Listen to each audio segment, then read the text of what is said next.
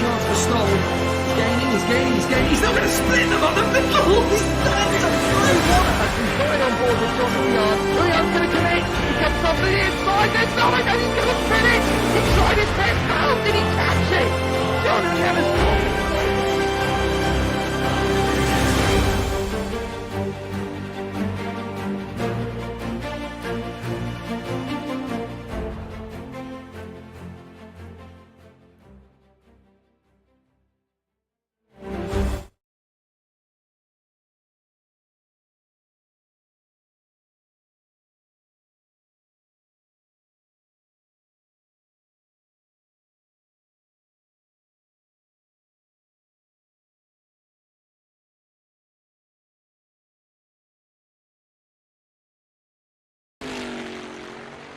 Good morning, afternoon, and evening from all around the world. Thank you for joining me. I'm Ross Smith here at CMS Champion Motorsports, bringing you the 60 minutes of Road America for VWSC. Really appreciate you coming out and watching today's broadcast. Drivers are on track, getting practice laps in as we speak, and we're getting ready to go. We've got about 30 minutes on the clock before qualifying begins. Actually, it looks like we're a little bit more towards 25. And things are looking great here. We'll get you hooked up with a live feed in just a moment as drivers are making their way around. So checking that off here. So there you see, yes, 21 minutes left. Checking out Craig Dans here in the GTM side of things. We'll get things started right. We have Phil Stocks in the booth running cams today, and we'll be joined shortly by Jake Sanson and company. They will be able to take care of you for the rest of the broadcast. But just getting started here for today's run of things, we're going to go ahead and check out what is coming up. As you can see today, August 13th, we've got the 60 minutes of Road America, reflecting the 6 hours of Road America that will take place at IMSA in, I believe, a week. And then we have the upcoming races. The 1991s are back next week with the 230 kilometers of Nürburgring, and then we switch back over to the modern series as we head into September and start seeing some of our fall racing with the full hour of Fuji, 60 minutes there, reflecting the WEC round. That'll be coming up right after that. And then a couple weeks later, we have the 230 kilometers of Magny-Cours at the beautiful French location. And of course, again, back to the Group C cars, which you should see some graphical updates to the interiors of those cars that are being worked on by Storm Gang Simulation as we speak. And it'll be some of the last updates for those cars for the year. And for those who are curious, that mod will then move into the workshop after the season completes, and you'll be able to try them out yourself. All 6 Group C cars with a little continued work through the first quarter to make some minor improvements. Anyway, coming back to today's race, let's take a look at the standings here. Hypercar. It is a very tight race between two drivers that are on the same team. Daniel Kirby passing John Uyan and starting to run away with it with a super number of wins. He was originally going to be a relief driver between John Uyan and Ernest Bernaldo, but he's now running away with the show. Wout de Bruin on vacation, so he's not able to get in there and really do too much as far as hitting up the points, but he may still be a threat to John Uyan if things kind of stay as stationed where they are. John should be in today's race, as should Daniel Kirby, I believe, so expect them to make more ground. And you can see in the points, the CMS Pro team just running away with the thing. Storm Rider Racing switching over from the Valkyrie to the Koenigsegg Jesko, and struggling a little bit with that car to find pace in it. Doing okay, but not near what they want to. And then you can see the spill out from the other teams there. Luca Gray has a win this season with the 360 Motorsports. He was supposed to be joined by Aiden Coleman, but he has not shown up. So we'll see if those guys have any more to offer throughout the season. On the AM side of things, Eric Moynet, who had some early race joining issues, is still leading the charts, just barely ahead of myself and Jerry Chen. You can see Matthew Overton has now passed Wayne Hutchison, who is here today. suffering some mechanical issues or some race-ending issues as he went through some of the previous races that have knocked him back. But he does have a win to his name, and you can expect him to be a force to be reckoned with here as the race goes on. On the team side of things, the Flying Kiwi Racing no longer in the Flying Kiwi Lamborghinis. They are full on to the 908s, the Porsche 908-4. And it is an absolute weapon here today, so expect them to stay highly focused and doing everything they can to stay ahead of Storm Rider Noon. It was starting to catch up a little bit, still quite a few points behind, but they are the only threat as Eric Moynet's single driver entry down below is well and off. Technically could still have a chance of getting points and passing up a position, but pretty unlikely with only about 4 or so rounds left in the championship. Looking at the GT side of things, it is a smattering across the field. George Angelita still chasing Brandon Gant. Pretty big divide there, unfortunately, for him, but not insurmountable for sure. Brandon's going to do everything he can to maximize speed here, and George has a few tricks up his sleeve to try and get past him. In the team standings, HPD still has advantage ahead and will probably maintain that just because it's Brandon all alone in that single car entry. Not really anyone else making a challenge on the point side, but we'll see how the remaining rounds spread out. Into the AM side, definitely a big grid to look at here. A lot of these drivers in for short stints, so not really much in the way of competition. Where it's at is probably just in that top 10 group there, and maybe just slightly outside. The top 3, definitely where the competition is at, with Matt Boos doing everything he can to cement his win for the season. Tom Lane dropping out entirely. He still holds that second place and will probably get a podium by the end, assuming that Eugene Major isn't able to get more points and pass him as they see him clear out from those top positions. Eugene definitely being consistent. He had some issues here on Thursday as he got punted by a hypercar, but he was showing consistent pace, so expect him to be up there in and amongst the top drivers in the AM field. And you can see over on the drivers championship side, Trash Pandas all but has the team's championship wrapped up, with Amanda Squid still sitting in second, but they'll surely be passed by Stardust as they continue to earn points. Jamie Zalecki there, and they'll make the pass with Eugene's Pajuju coming in and probably taking up that third spot. So that's it for points. Let's take a look at the track. Road America, famous Elkhart Lake track. Really great course to jump on. Lots of sharp angle corners, a lot of point and shoots, which suit some cars very well. The infamous carousel and the kink, expect there to be a lot of multi-class interactions throughout that second sector as they head into the last sector out into Thunder Valley. It's proven itself to be a major component of the racing, especially in the upper classes for the hypercars, and there are probably going to be some sour grapes coming out of a lot of those interactions. And as we saw on Thursday, it's not always smooth and pretty. And it certainly won't be that way today with some of the passes, but it's going to be a factor for sure. Taking a quick look at the tire side of things, there was some question about whether it's going to rain here today, but right now it looks like it's going to hold off, and it's going to have a nice clean track. Not a lot to worry about on that front. GT still have a lot of choices to go through there. The updates with the Senna and the C8 have been reverted, so the Hypercar side is still going to have the slicks there, as will the C8 on the GT3. Not utilizing the new tires that Studios released. They are still using the ones that we have now. And a quick shout out to all of the sponsors and contributors who have helped out with both the mod and hosting. Thank you to Champion Motorsports, who of course pulls all this together, Storm Gang Simulation, who's brought us the mod and all of the wonderful balancing that's been going on, Z1 for all of the great work that they do with the car analytics and the simulation side of things, simrace247.com, great news source, everything that you need, big and small, they got it all. Grid Finder, Downforce Radio, and Formula Troy for everything they've done, and then of course all the contributors to the mod for the models and assets that we've been able to utilize for today's race.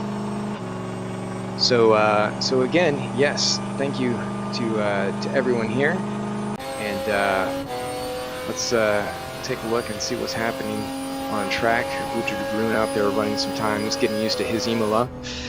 And for now, I'm actually going to head off and get ready for qualifying, which will be coming up here in just under 13 minutes. See if I can get that Jesco to behave.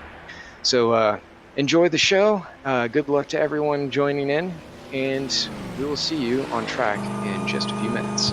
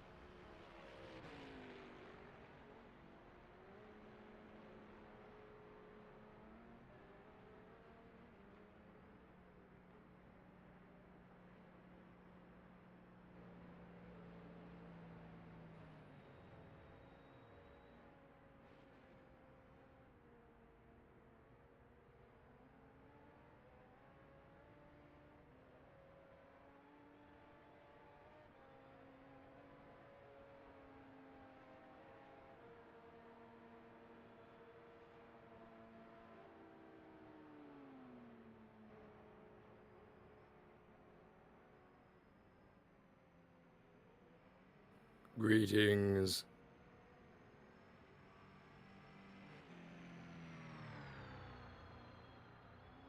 Hey, Jake. He returns. How we He's doing? Buck. Doing all right? Hope you are. Yeah, not too bad at all. Just come back from a long day of action at Three Sisters. Very exciting karting. Yeah, should have Chris in as well. I'll give him a nudge. Awesome. I just sent Ross a message to ask him what I needed to do in this channel, because the CMS is muted. Okay. I think that's what he did last time, was unmute this CMS broadcast user. Yeah. And I think he might have had a stream in this channel for you guys. Yeah, that makes sense.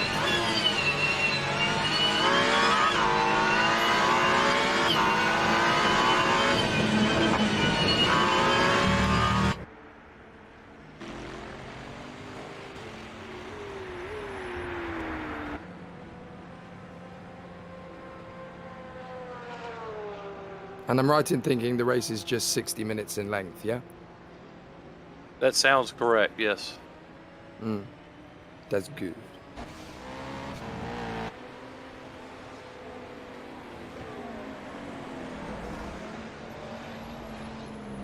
And normally there's a video link to the stream. Yes, indeed. I don't see that.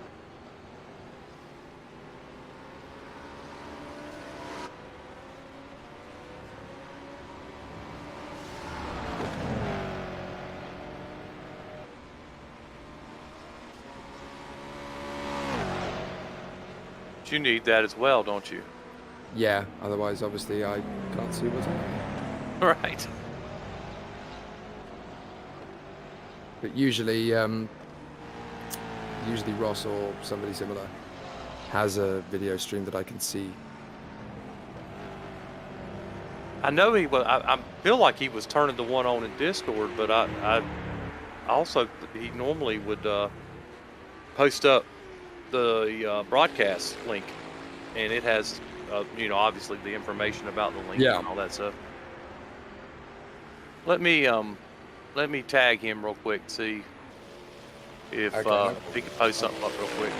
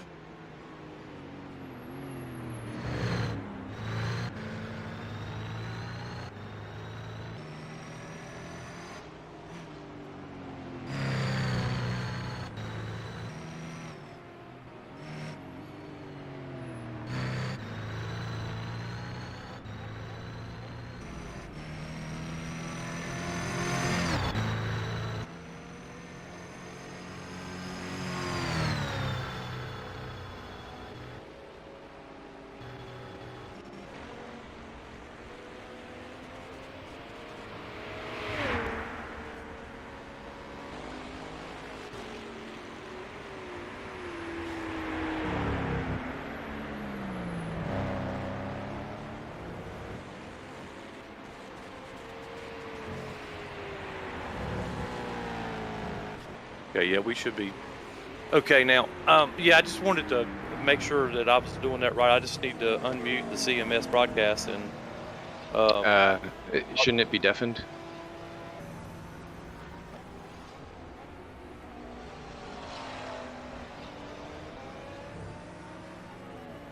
when you say deafened on the right now, it's just muted. Oh, you muted the desktop on the OBS? No, I hadn't done anything on the box at all. But I was verifying that what I needed to do was go into the paperspace in the Discord and unmute the CMS broadcast. and start the stream for Discord.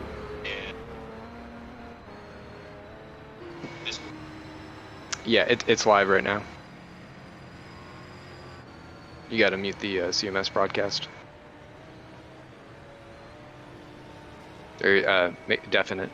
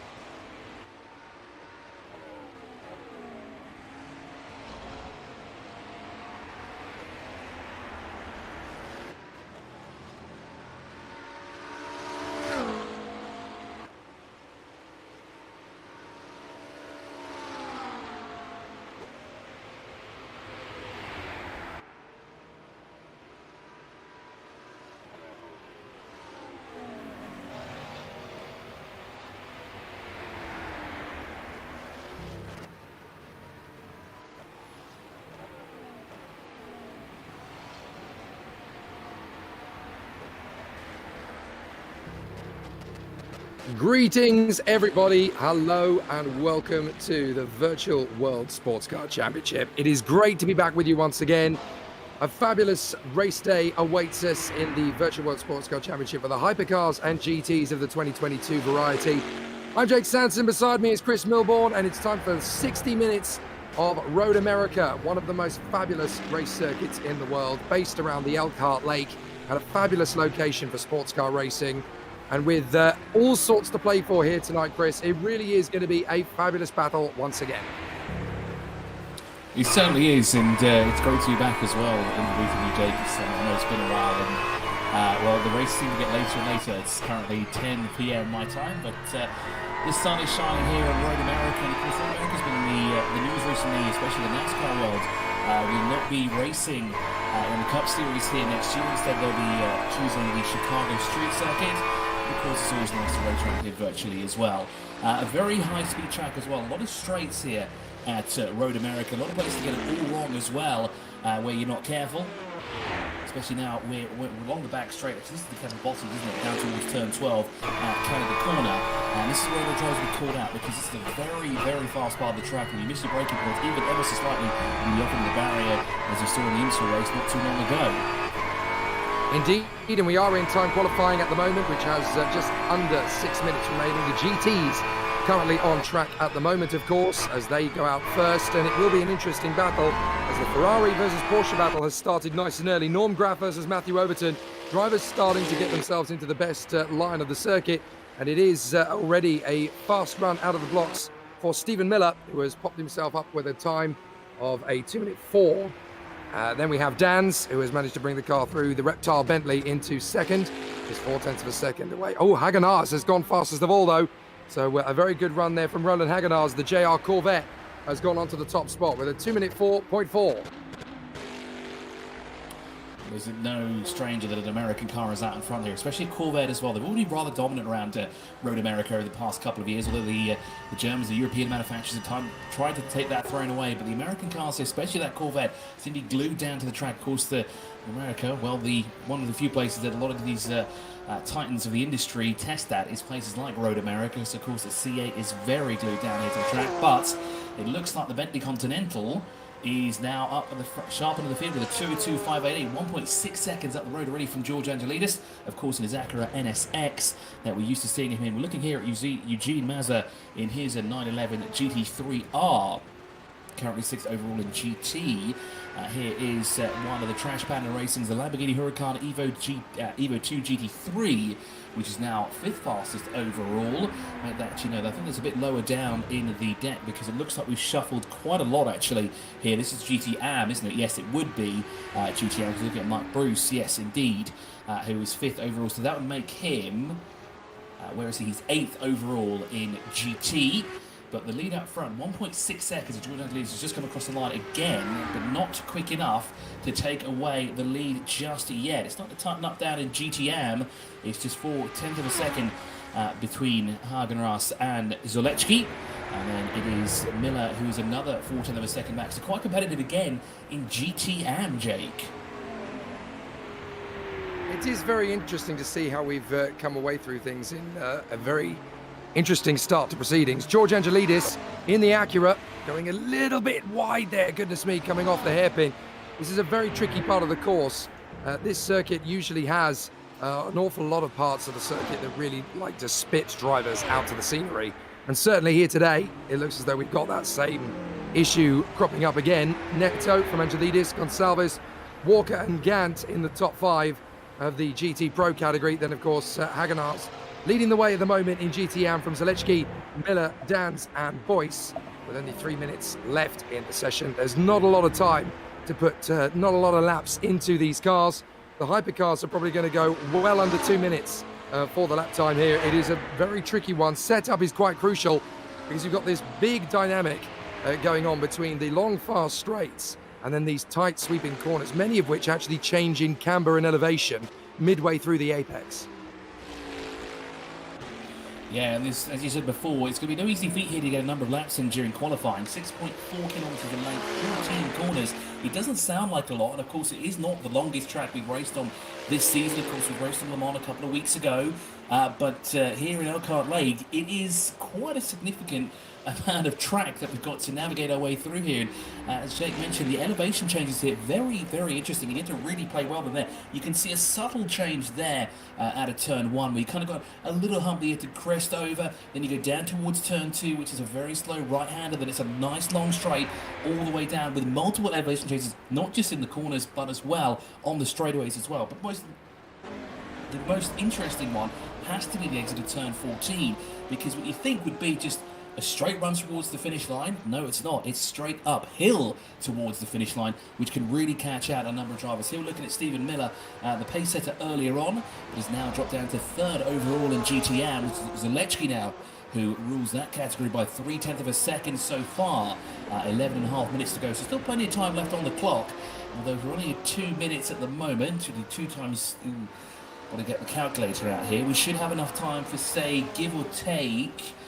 I want to say 5 laps. I think we have enough in the books to get, but figure out who's in pole. Of course, you've got to remember that the GTs only have 10 minutes, and then the Hypercars only have 10 minutes. So this is the last flying lap that the drivers from GT are going to be on. I have to say, I am baffled that Alessio Neto has been able to go 1.3 seconds quicker than anybody else in the Bentley. That is absolutely astonishing, to find that much speed from its qualifying lap. I don't know if Angelidis and Walker are going to be able to make up any more of the deficit, especially when we're only in the final 37 seconds of the GT allowance, but it really does give off a bit of an indication as to just how well dialed in Neto is in that Bentley Continental GT. He's really looking strong.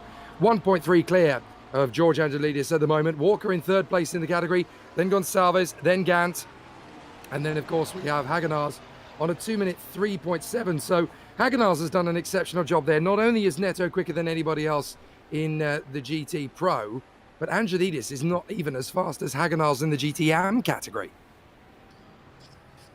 Now, Jake, it's something interesting that you said before about Neto being just dialed in ever so slightly more compared to the rest of the field. Now, George Angelidis has provided us with some data saying, or some updates even, that there's new dynamic track temperature in rFactor 2, which of course we're using here today.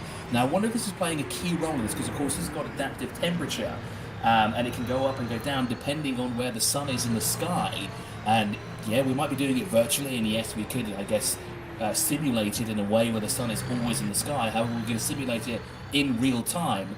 So maybe Neto has had a little bit of a jump compared to the rest of the field, and he's been able to capitalize on this new dynamic weather system and dynamic temperature system. Maybe that's how he's 1.3 seconds up the road. He knows exactly what he needs to do to stay out on pole.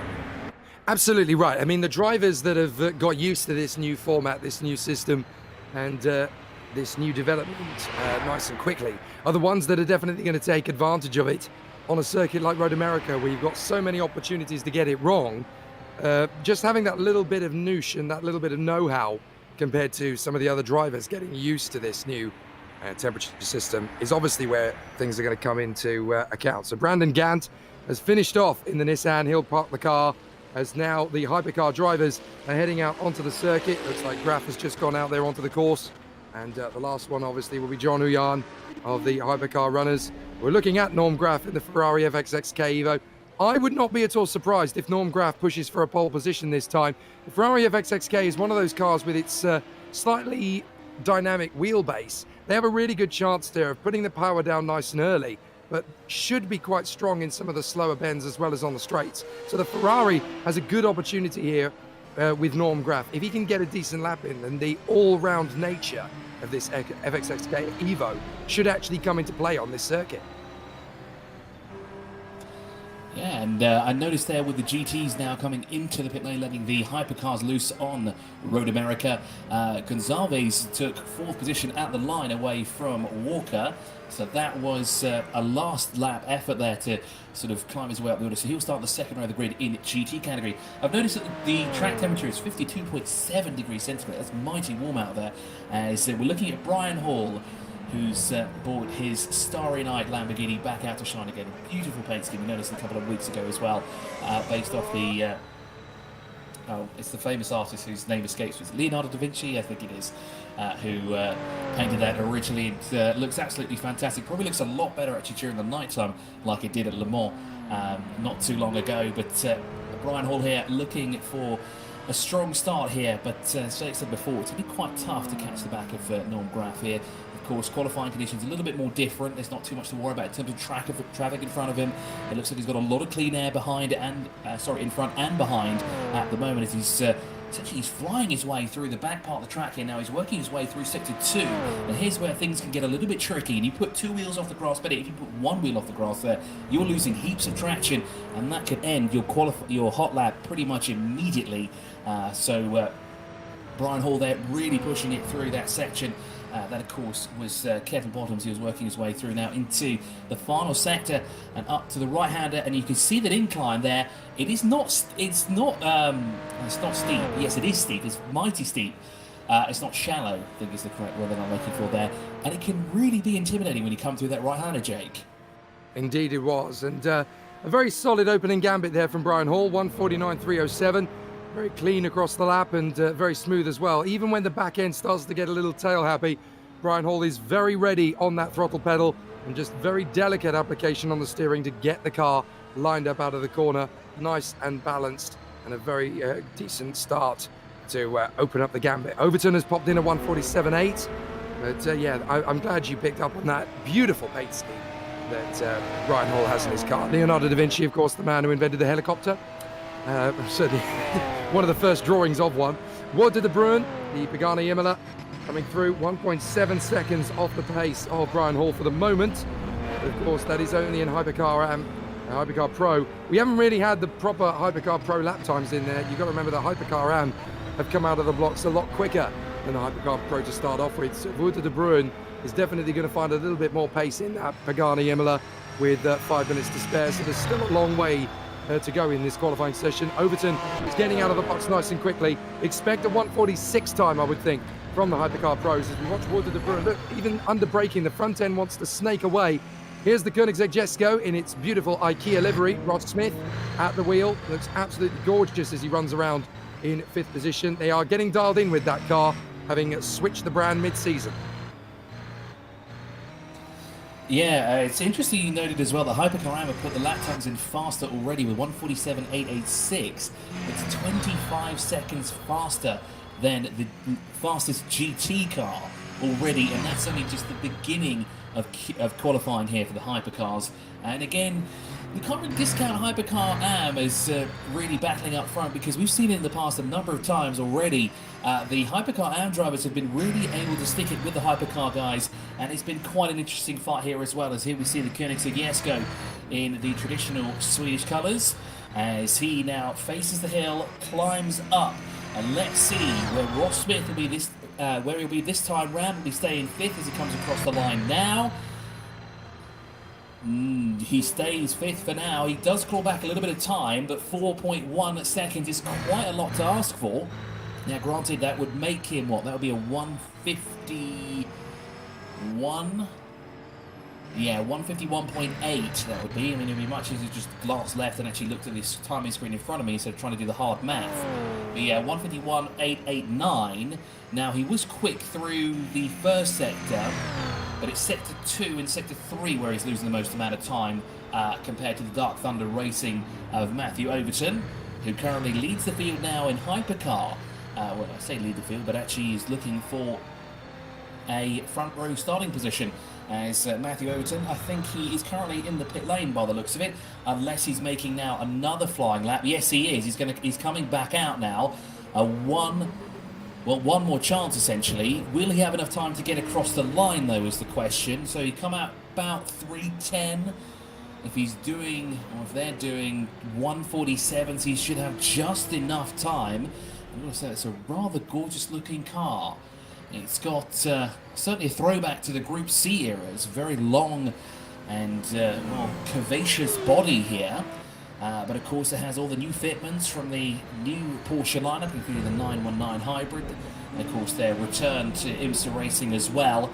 Although we probably won't see a car that looks exactly like this, but no doubt a spectacular looking car, this 908.04 here, and the colours really do. Oh, has Matthew Overton got an issue there? Because he looked like he stopped, may have had a technical issue, may have had a slight hiccup with his internet connection, but that's not going to be good for Norm Graff, because he came up right behind him, and Jake, it looked like there was ever so slightly a little bit of contact there between the two of them.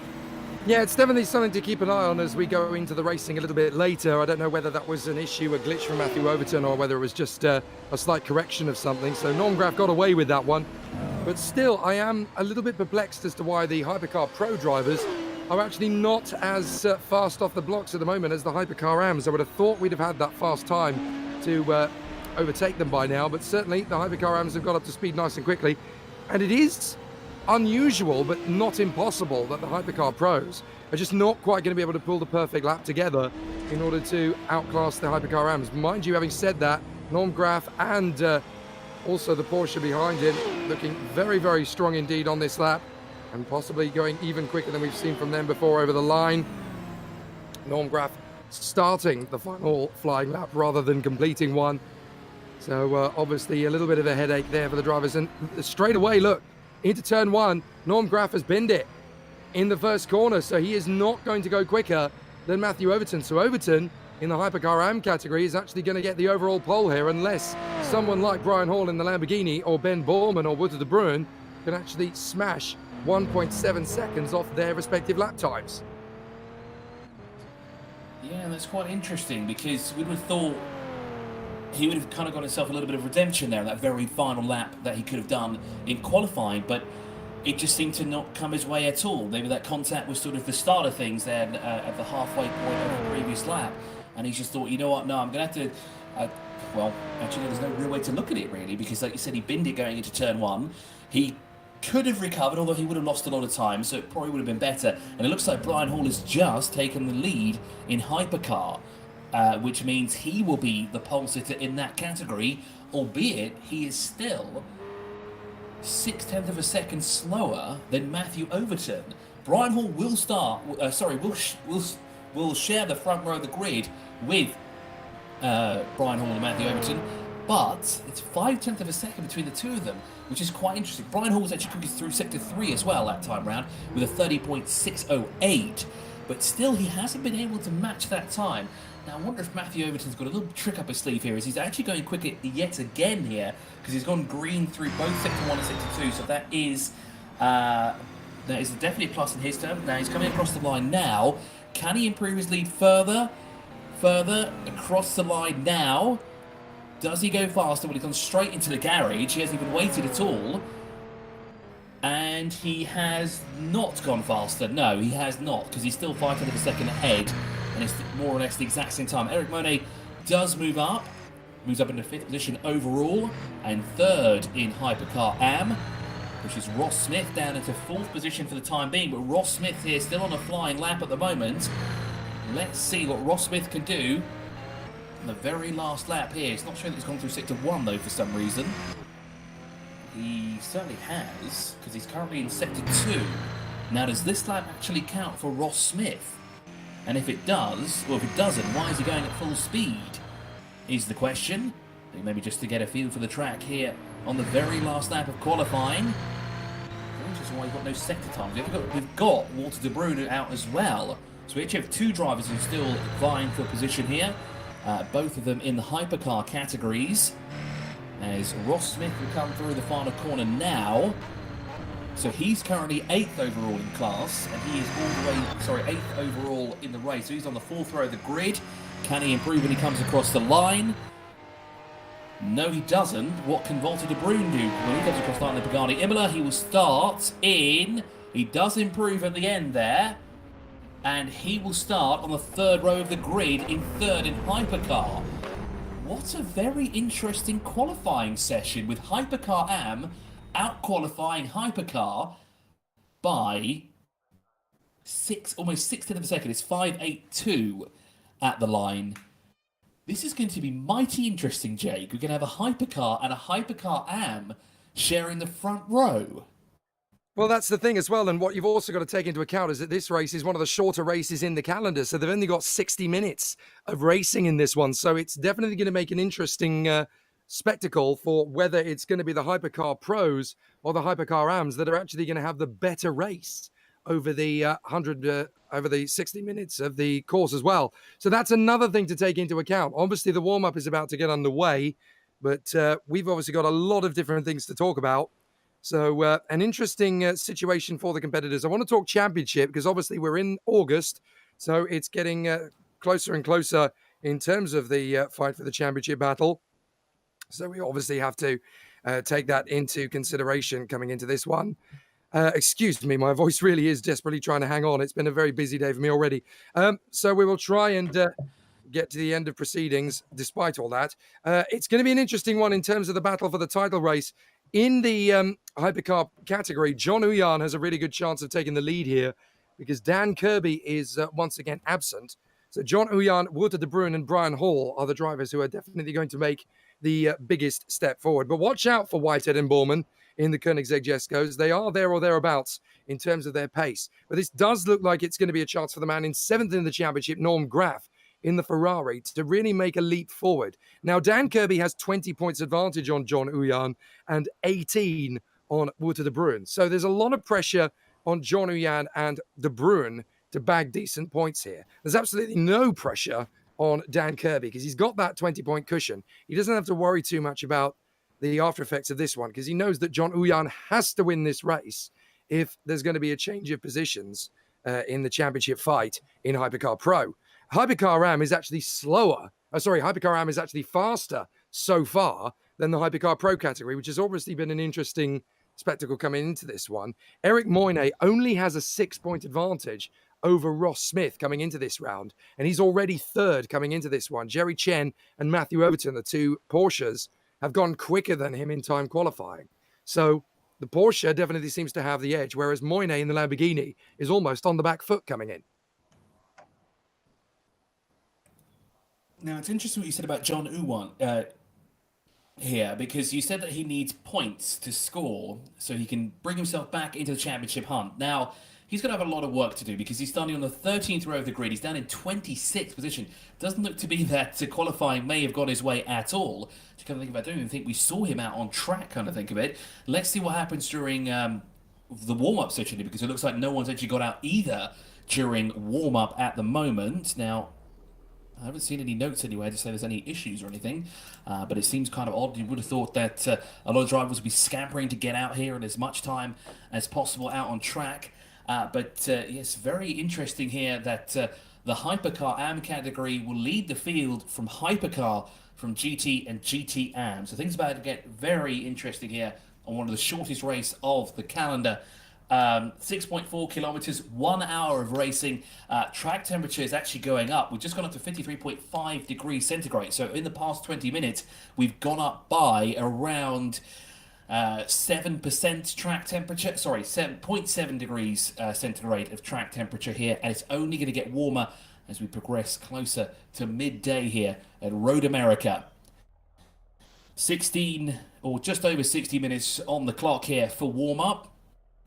As we have a beautiful shot here of what looked to be the front end of Volvo trucks, as we have now the Hypercar standings, as Jake went through earlier today. Dan Kirby and John Uwan here leading the field there, and you can see that 20-point buffer between the two of them. 5 wins for Dan Kirby and 2 for John Uwan. Walter de Bruin with 2 wins himself as well. Needs to score some valuable points because he's a further 18 points behind John Uwan. And, well, more points for that. That'll be 38 points, if my math serves me correctly, between himself and championship leader in the Hypercar category, Dan Kirby. In the teams category, CMS Pro, we've got Baldi with 261 points, well over 100 points almost. Well, yes, it would be 100 points, actually. Yes, it is. Ahead of Storm Rider Racing's Koenigsegg Jesco and the rookie monsters Pagani Imola in the 3rd position there. Interesting to see Luca Gray with his Toyota GR010, all the way down at 11th with that one win that came a few weeks ago. That kind of wild card entry. Haven't seen him since. Just floats outside of the top 10, but you can see how many points that one win gives you. Very, very valuable points, Jake. Yeah, it's going to be an interesting battle in this one. In Hypercar Am, it's a very similar story, although we do have 3 drivers at the top end of the field that could swap and trade the lead of the championship over the course of this 60-minute race. Eric Moynier, only 6 points ahead of Ross Smith, only 7 ahead of Jerry Chen. So obviously the battle between the 3 categories, the 3 cars, sorry, the Lamborghini, the Koenigsegg and the Porsche, is still going to be very close all the way throughout. So a lot of opportunities there for drivers to battle away for position. Matthew Overton is actually quite close in battle to Wayne Hutchison in the Mercedes AMG 1. Didn't see Wayne Hutchison in the list of this one, but that doesn't necessarily mean he's not there. So worth keeping an eye on, certainly in the background. And Matthew Overton actually going quicker than Jerry Chen. So from his point of view, he wants to get a little bit closer to the top 3. That's his main objective coming into this one. In GT, it is fascinating. There is an 18-point gap at the moment between Brandon Gant and George Angelidis. Angelidis being Mr. Consistency. He has not taken a single win over the year, but he has been able to score consistent points every time. Cameron Barker is a little further down in the BMW. Vinicius Gonçalves in the Corvette, even further back than that. Eliseo Neto, though, is the one who's come out of the blocks and put it on pole position in the R8 LMS. But he only has 41 points so far accumulated this season. So as far as championship leader Brandon Gant is concerned, he doesn't mind too much that Eliseo Neto is the one in front of him, because if he's the only one in front of him, he still increases his championship lead no matter what happens. So from his point of view, it's still very important that Brandon Gant keeps his cool, because he knows that Eliseo Neto is right there for the front picking. In GTM, it's very interesting for Matt Boyce. He's got a big advantage coming into this one. He's got a maximum of 47 points advantage over Tom Lane in the Ford Mustang. Jamie Jadecki is actually 76 back. So Matt Boyce is not really under pressure in this one. He can just tootle about, really, and give himself a fairly decent race. If it does go wrong, it's not a massive problem for him. The real battle in this one is probably going to be between Eugene Mazur, Peter Meyer and Mike Boyce, as they duel away for 4th position, and there's only 15 points separating those 3 cars. So there's a heck of a lot to keep an eye on over the course of these 60 minutes. It's one of the shorter races of the year, but definitely going to be full of action, as the drivers are obviously currently in their driver's briefing. They will have a little bit of time out on the circuit itself. This gives us a bit of time, though, to talk about the configuration of the circuit here. The Road America straight that leads into the first 3 corners. Turn 2, barely even a corner, but it does shift a little bit in camber, so your driver has to be a little bit alert to that little tight run through. The Moraine sweep leading down to the drop hill section of the circuit.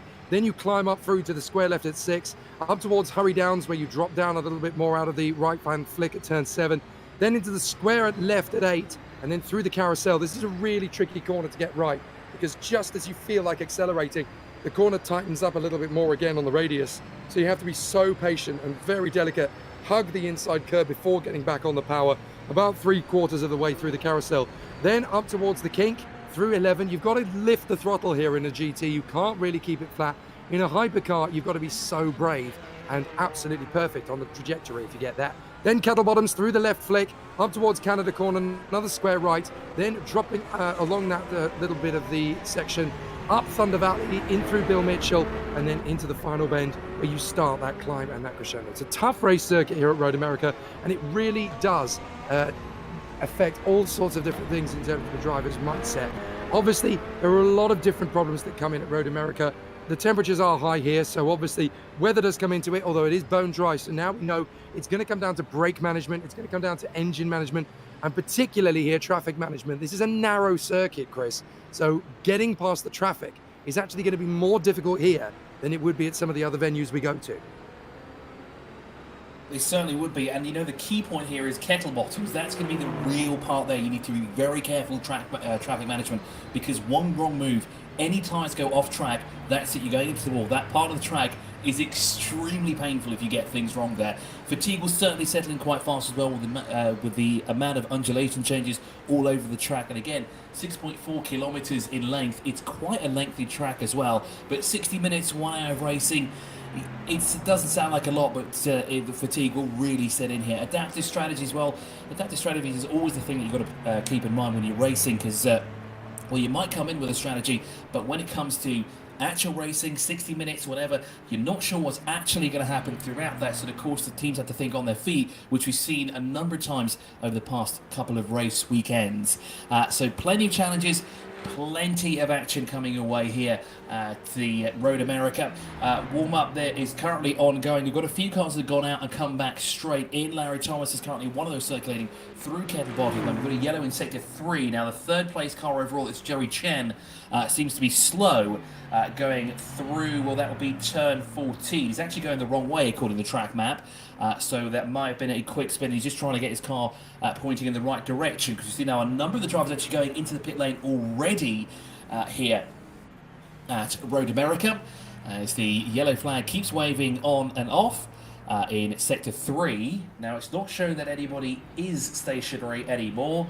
The cars have got going, although, as you said, most of the teams have done just a single lap around Road America and come straight back into the pit lane here, which is quite interesting. We've got 2 cars currently circulating, 17 and 21 overall. So that is James Bowders and Stephen Miller. It's also showing that number 26 is still out there. That's Larry Thomas is coming in, because we're watching Larry Thomas right now. So do these 2 drivers stay out, or has everybody come in? Now, Jake, this seems quite odd why they come in so early, right after the driver's briefing has taken place. Is this strategy? Is it mind games? Are they all playing the same mind games against one another, or are they going to try and race each other off of the pit road? Well, what we tend to have seen in the first part of warm-up is that after the driver's briefing, the drivers will come in after the first lap, because the only thing left to do really for the warm-up is to try and figure out exactly where your pit box is going to be. So the warm-up is used to practice pit entry. You can lose so much time coming into the pits incorrectly. So a lot of the drivers and teams will actually use the on-track part of warm-up to practice coming into the pits, sliding the car into the pit box without losing as much time as possible. So it's important to get that, because if you mess that up, that could be as much as 4, 5, possibly even 10 seconds delay, and that really can hamper a race. And we're looking at probably about 1 pit stop here for our 60-minute race here. Shouldn't need more than that. Again, it all depends on strategy and how it plays out. 8 minutes to go, just over 8 minutes to go. We've seen 1 car of Ross Smith go out, although on the track map it is not showing that he's on track at the moment. It did look like he peeled off out of his pit box to get that right, and it seems to be a few other drivers now starting to disappear. Now, oh yes, there we go. You can just see them out in the background now. So looks like they're going to go and get that warm-up in now before we start our 60-minute race here, the VWSC. And we have this weekend a total of 30 cars now on the entry list. We didn't have that many not too long ago. Paul Ibbotson is, he missed qualifying, as here is the starting order of the grid there. We just saw the sharp end of the field there, the top 4 positions. Eric Mornay will share row number 3 with Walter De Bruyn, with Ben Borman and Wayne Hutchison alongside for company.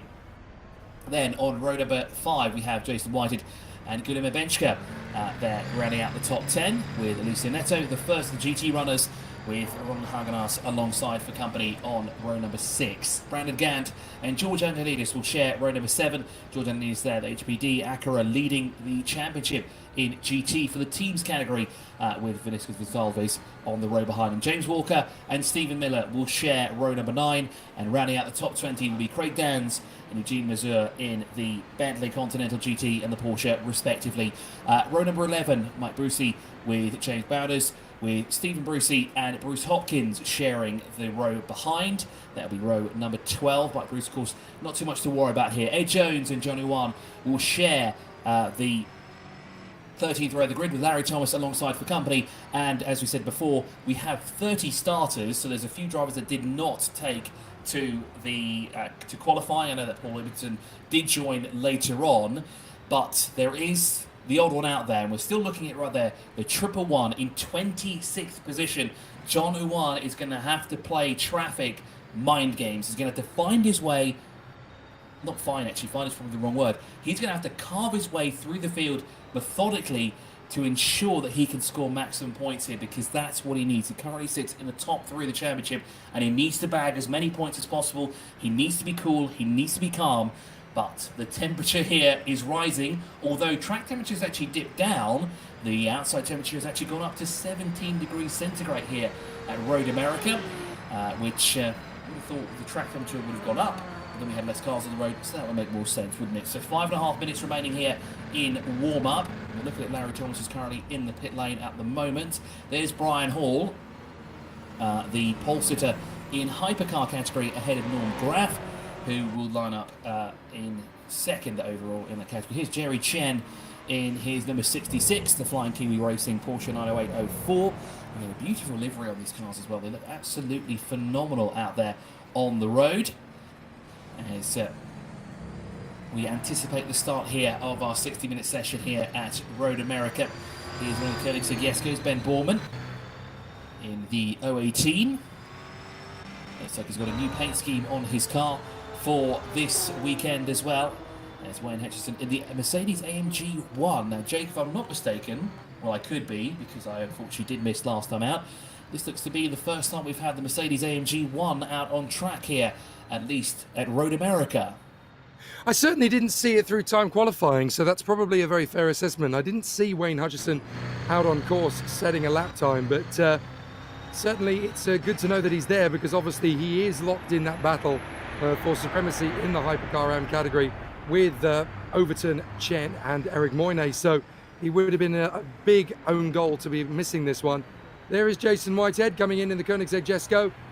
I really am quite interested to learn which of these cars, whether it's going to be the Hypercar Pros or the Hypercar Ams, that are actually going to get the best race of this. It's hard to know, and both competitors, both classes of competitor, are obviously going to find things particularly interesting coming into these different categories.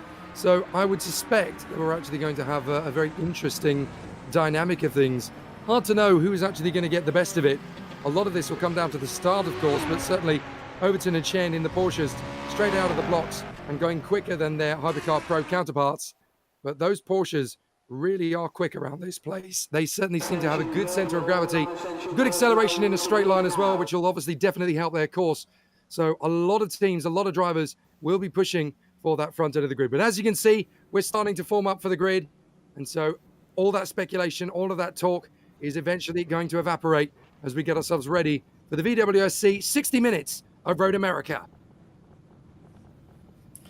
And things now starting to form up. So it looks like we're about to get ready to go racing here at Road America as the grid starts to form up. It would be great if they did to drive out of the pit lane and then line up on the grid, but we will get to see them ride the hill at 60 kilometers an hour before they go over the start finish line to signify the start of the race. So at least we get to see that. But here we go. The grid is being formed here before the start, and well, things are getting heated up already. You could say here the track temperature is rising yet again. The temperature is rising as well. As we have a quick look through the starting order, Matthew Overton with Brian Hall alongside the company, the Hypercar Am and the Hypercar alongside each other, with Jerry Chen and Norm Graff sharing row number 2. Eric Mornay with Walter De Bruyn share row number 3 with Ben Borman, and Wayne Hutchison in the Mercedes-AMG 1 sharing row number 4. A good mix of Hypercar and Hypercar Ams all over the place in the top 8, but here we got the top 10 because Jason Whiting and Gunnar Benchka share the 5th row of the grid. Alessia Neto, the first of GT runners, alongside Ronald Hargas. Again, we've got the GT with the GT Ams with Brandon Gant and George Angelidis sharing row number 7. Benitez Gonzalez and Jamie Zaleczki will share row number 8. And then we have more of the GT runners with James Walker and Stephen Miller sharing row number 9. Craig Dans and Eugene Mazur share row number 10 and round out the top 20 here in Road America. Then we move on to the 11th row of the grid with Mike Bruce. With James Bowders alongside the company. Stephen Boyce and Bruce Hopkins will share row number 12. With the first of the Corvettes there. Ed Jones with John Owan sharing row number 13. Larry Thomas and the rest of the field, because we've not shown on screen currently, but we do also have next to Larry Thomas, Ross Smith, Jason Whitehead. No, that's not correct, because they have to be further down now, don't they? Sorry, further up the field here. But not sure what's happened here, because we've gone back to now a shot of the garages again, and it appears to be everyone has gone back into the garages. Yeah, it could just be a slight glitch. Maybe one of the competitors was not able to get onto the grid for the first time of asking.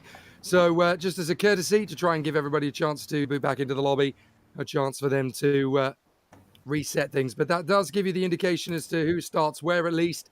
And we'll have some very interesting challenges as the drivers continue to make progress through the first part of the field. So a secondary warm-up is called.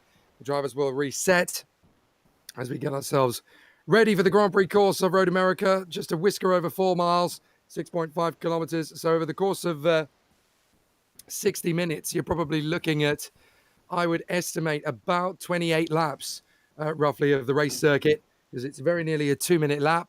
So you're probably going to get 28, 29, maybe a push in terms of the racing laps. Could get 31, depending on how many seconds each pit stop is likely to take and what the traffic is likely to do. So you're not going to get many laps around this Road America circuit, but you're definitely going to get a heck of a lot of overtakes, a lot of traffic management, as we've already brought up. And drivers will have to be on their toes to give themselves the best possible chance of progression. As we get ready to boot things up here, you see all three of the sectors being highlighted there. Sector 2 being the most technical part here of Road America. Sector 1 and Sector 3, plenty of long straights, but again, Kettle Bottoms is going to be the most interesting part and the most difficult part as well, especially for the drivers to get locked in a battle. That part is going to be very tricky. As you said before, if you do anything wrong, if you put 1 tyre, 2 tyres off anywhere at that point, you will be going off into the wall, and it can be quite costly as well. So as the lobby starts to fill up here to set the field up, we're just waiting for a few of our drivers to join. That's the joys of racing online. We don't have to wait for cars to recirculate and fire up. We just have to simply reboot the system, and off we go once again. As you can see the lobby there filling up here before the start of our 1-hour race of Road America. A very tricky, technical and fast track as well. There's plenty of fast corners, long straights and technical corners as well here at Road America in the heart of Wisconsin. Things heating up, as you said before. Well, actually now it's shown that the track temperature's dropped by about 20 degrees centigrade, which will play in the hands of the drivers who may not have adapted to the dynamic track temperature, which is now a new feature in rFactor 2, because of course we did see some drivers kind of eke out a little bit more compared to some other drivers, especially the GT category. I think the gap at the line was 1.6 seconds, which when you think about it, it seems absolutely ridiculous to get that much of a gap between them. But of course, it seems to be that some of the drivers have managed to dial their car in just that much extra to get that advantage of 1.6 seconds. We've seen it in the Hypercar AM category as well, with the AM category, the Hypercars being able to sit ahead of the Hypercars. Well, it is just the one car of Matthew Overton, but one is more than enough to upset the party, that's for sure. So as the drivers getting themselves dialed in then on their warm-up lap, we seem to have the rFactor 2 lobby deck at the moment. Hopefully we'll go back to our regular outputted picture very shortly, but obviously GT-AM and GT are going to be very competitive in this one. Expect the two classes to be very closely matched. Hypercar AM, though, we already know is slightly quicker than Hypercar after qualifying. Whether it'll stay that way in the race trim or not, still yet to be determined. Yeah, just having a quick look at the update that we've received as well for the dynamic track temperature. It's saying as well, if it starts to rain, granted that will never happen where I am, the water will dissipate and stay on track, and it'll be affected as well, which just adds to the realism here. Yes, we might be racing virtually, but we're trying to make it as real as possible. You know, we even have things like accident damage of 75%, so any mistake can be quite costly, and we've seen it in the past as well. It can cost the driver the race, even though we are racing digitally. It's amazing the realism levels that we have here on rFactor 2 and of course on the VWSC as well. I think we're about to get started. I can see that the admin is slotting the drivers into their correct positions. As we said, we're up now to 30 drivers. There's 15 rows of cars, not just the 27 that we saw before, because we had some new drivers take part, not take part actually, in qualifying, instead joining into the actual race at a later time actually. Let's not get ahead of ourselves too much here. But we're just getting ready now to start the 60-minute race here of Road America. It's just sorting out some slight issues here, just making sure that everyone is in the correct positions as well. But of course, you can see the big mix here of cars. Now, it does look like some may be out of position by the looks of it, unless they in kind of the order that they're shown on the screen of when they join the session. Because I don't think we should have Roland Hagenas at the front of the grid with Brandon Gatt. I think that'll be corrected momentarily. At least that's what it's showing on our screen. But then you see John Uwan there in third. I know he starts much further down the order. But while the admins are sorting this out, it seems to be got some warm-up going on track as well. So giving the drivers a little bit more time now to adjust themselves to Road America, get a better feel for the dynamic track temperature as well, because I think this is going to be a real key factor during this race here as well, as we fast approach midday here at Road America. The heat is building on track, and the heat is building outside as well, although 17 degrees centigrade, I would not call that hot at all. That seems like, I think my AC is on higher than that at the moment here in the United Arab Emirates, but it is certainly going to be warm for some of the drivers as well, and this temperature always plays a key factor, especially with tyres as well, because of course with the new track temperatures going up and down based on the ambient temperature and the sunlight, they can make the cars go a little mushy when it gets too hot, and absolutely zero grip when it gets too cold as well. I don't think we're going to have that much of an issue. It doesn't look like we've got any rain predicted here at Road America. But the drivers are going to be very careful, though, for those tyres to get mushy. It tends to heat up a little bit more, because we're looking at the temperature here, both the track and the external temperature as well. It is gradually going up, not by significant margins, but it is going up fractionally every 20 minutes or so. And, well, in a 20-minute race, that means it will go up at least 3 times during that. So, of course, we'll have 3 different factors to take into in terms of heat, Jake. And that is definitely going to cause a little bit of fluidity in terms of the strategies. Quite a few teams are going to look at this and try and see if there's a way of getting an upper hand on their opponents, seeing if they can make a bit of a leapfrog up the order. Obviously, we're still waiting for our 60 minutes to get underway.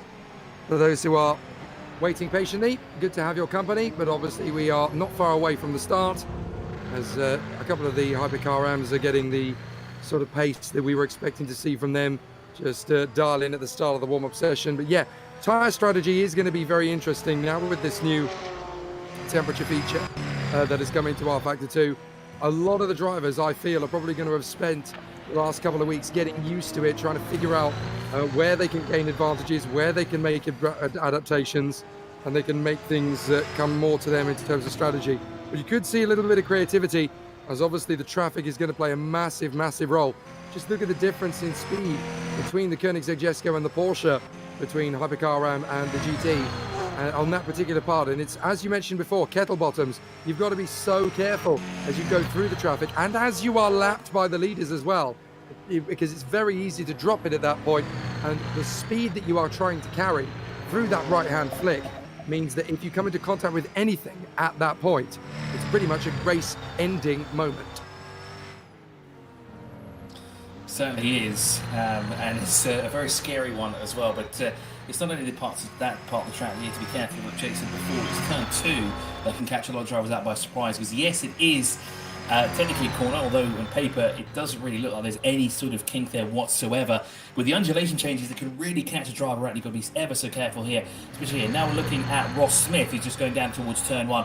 Now you're going to get a lot of speed, especially trying to get your way up the hill. That's no easy feat, and you're going to be really on the power all the way down to turn 1, and you've got to brake as late as you can, but at the same time you don't want to go all the way off there. It looks like the drivers have a mighty tight line here. Not a lot of them actually going out wide through that first corner.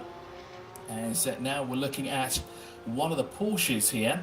This is one of the 911s. Now this would be the 4th place car overall. This would be James Bowders that we're currently looking at, who's working his way through Sector 1. Indeed it is, because he's just gone past the cheese bridge, and now he'll go down into turn 5. So he's on the orange sweep and up into turn 6. That left-hander there underneath the Corvette bridge, and now into the left-hander again through turn 6 as he works his way towards Hurry Downs and the iconic carousel That seems to be quite prevalent in American racetracks. I know Watkins Glen, they have the similar carousel as well. That one kind of winds down to the right as well when you go through the carousel here. Very, very different. There's no banking at all here at Road America, but with the undulation changes all over the place, you would have presumed the carousel would have it, but it seems to be one of the flattest parts of the track, which, when you kind of think about it, you would have thought they'd put in a bit of undulation just to make things a little bit more spicy down towards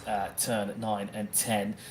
Then there's this weird section at turn 11. There's a bend and a kink that's not necessarily used very often, but it looks to be that Bowders has decided to come into the pit garage here and settle in before the start of the Virtual World Sports Car Championship race here at Road America.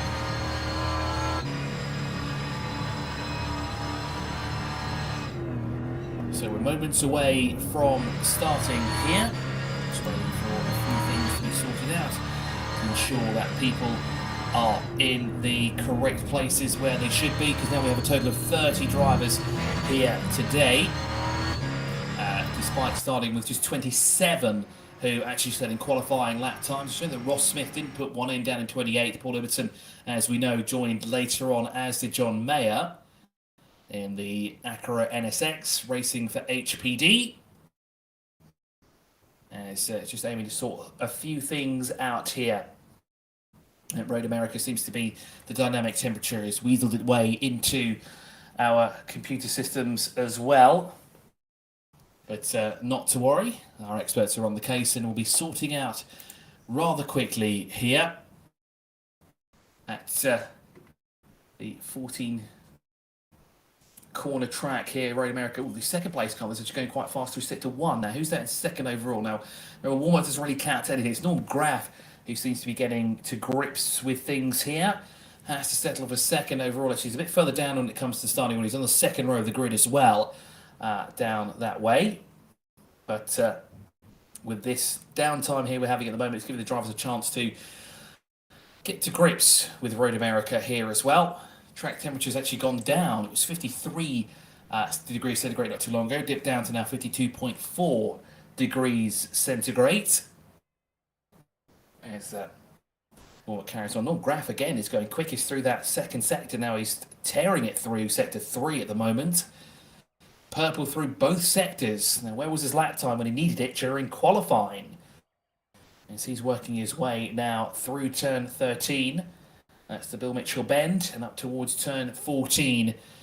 Probably one of the most dauntingest corners ever on a racetrack. You know, just turn right and then you face essentially a wall that just goes straight up. Mighty impressive as Norm Graff across the line there. Now, what's the lap time he's just done there as well? Has he gone quicker than the rest of the field? No, he's at a 1:54.39, so that would put him about...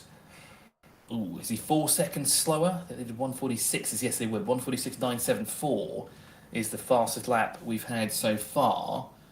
But Matthew Overton did a 1:47.777, so that would make Norm Graff 2.7 seconds slower, but although a personal best there and session best as well in this warm-up here. As I said, apologies for the delay.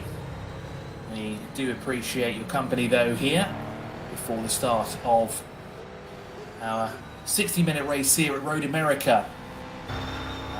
As the drivers have, as we said before, some time to get to grips. Looks like some battles brewing as well on track during this friendly warm-up session before things really start to heat up here at Elkhart Lake. It's a shame that NASCAR have decided not to race here anymore as well. And a historic track when it comes to racing in America, and it's only just in recent times actually NASCAR has visited the ever so popular sports car scene. The track that is, not thing in general, but of course discontinuing the race at Road America in favour for a race on the streets of Chicago instead, which in its own right sounds very, very interesting as well. Does that, as now we have a new best time here in practice and qualifying, so on the Porsche, the 908s, and the stream has ended. Big sad.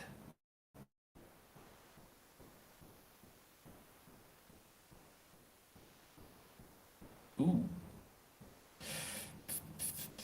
I'm using the wrong mouse.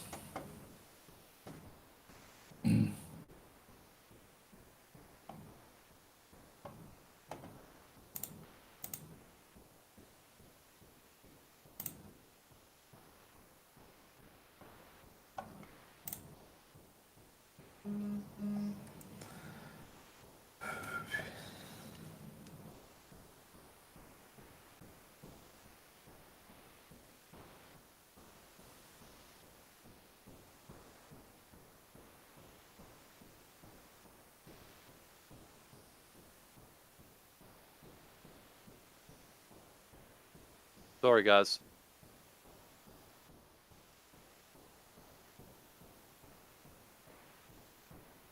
Server reboot really scrambled things on the feed.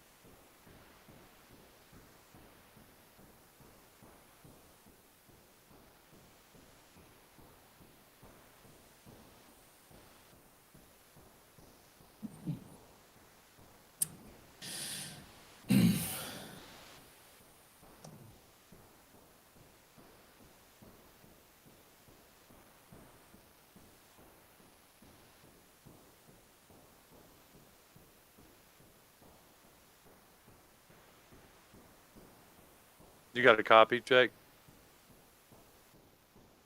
Say again, sorry. I was just checking to see if you had a copy on me. That server reboot Yep. really scrambled things on the stream. Right, okay. This is causing a bit of an issue for me now in terms of time, because obviously we were supposed to start about 25 minutes ago.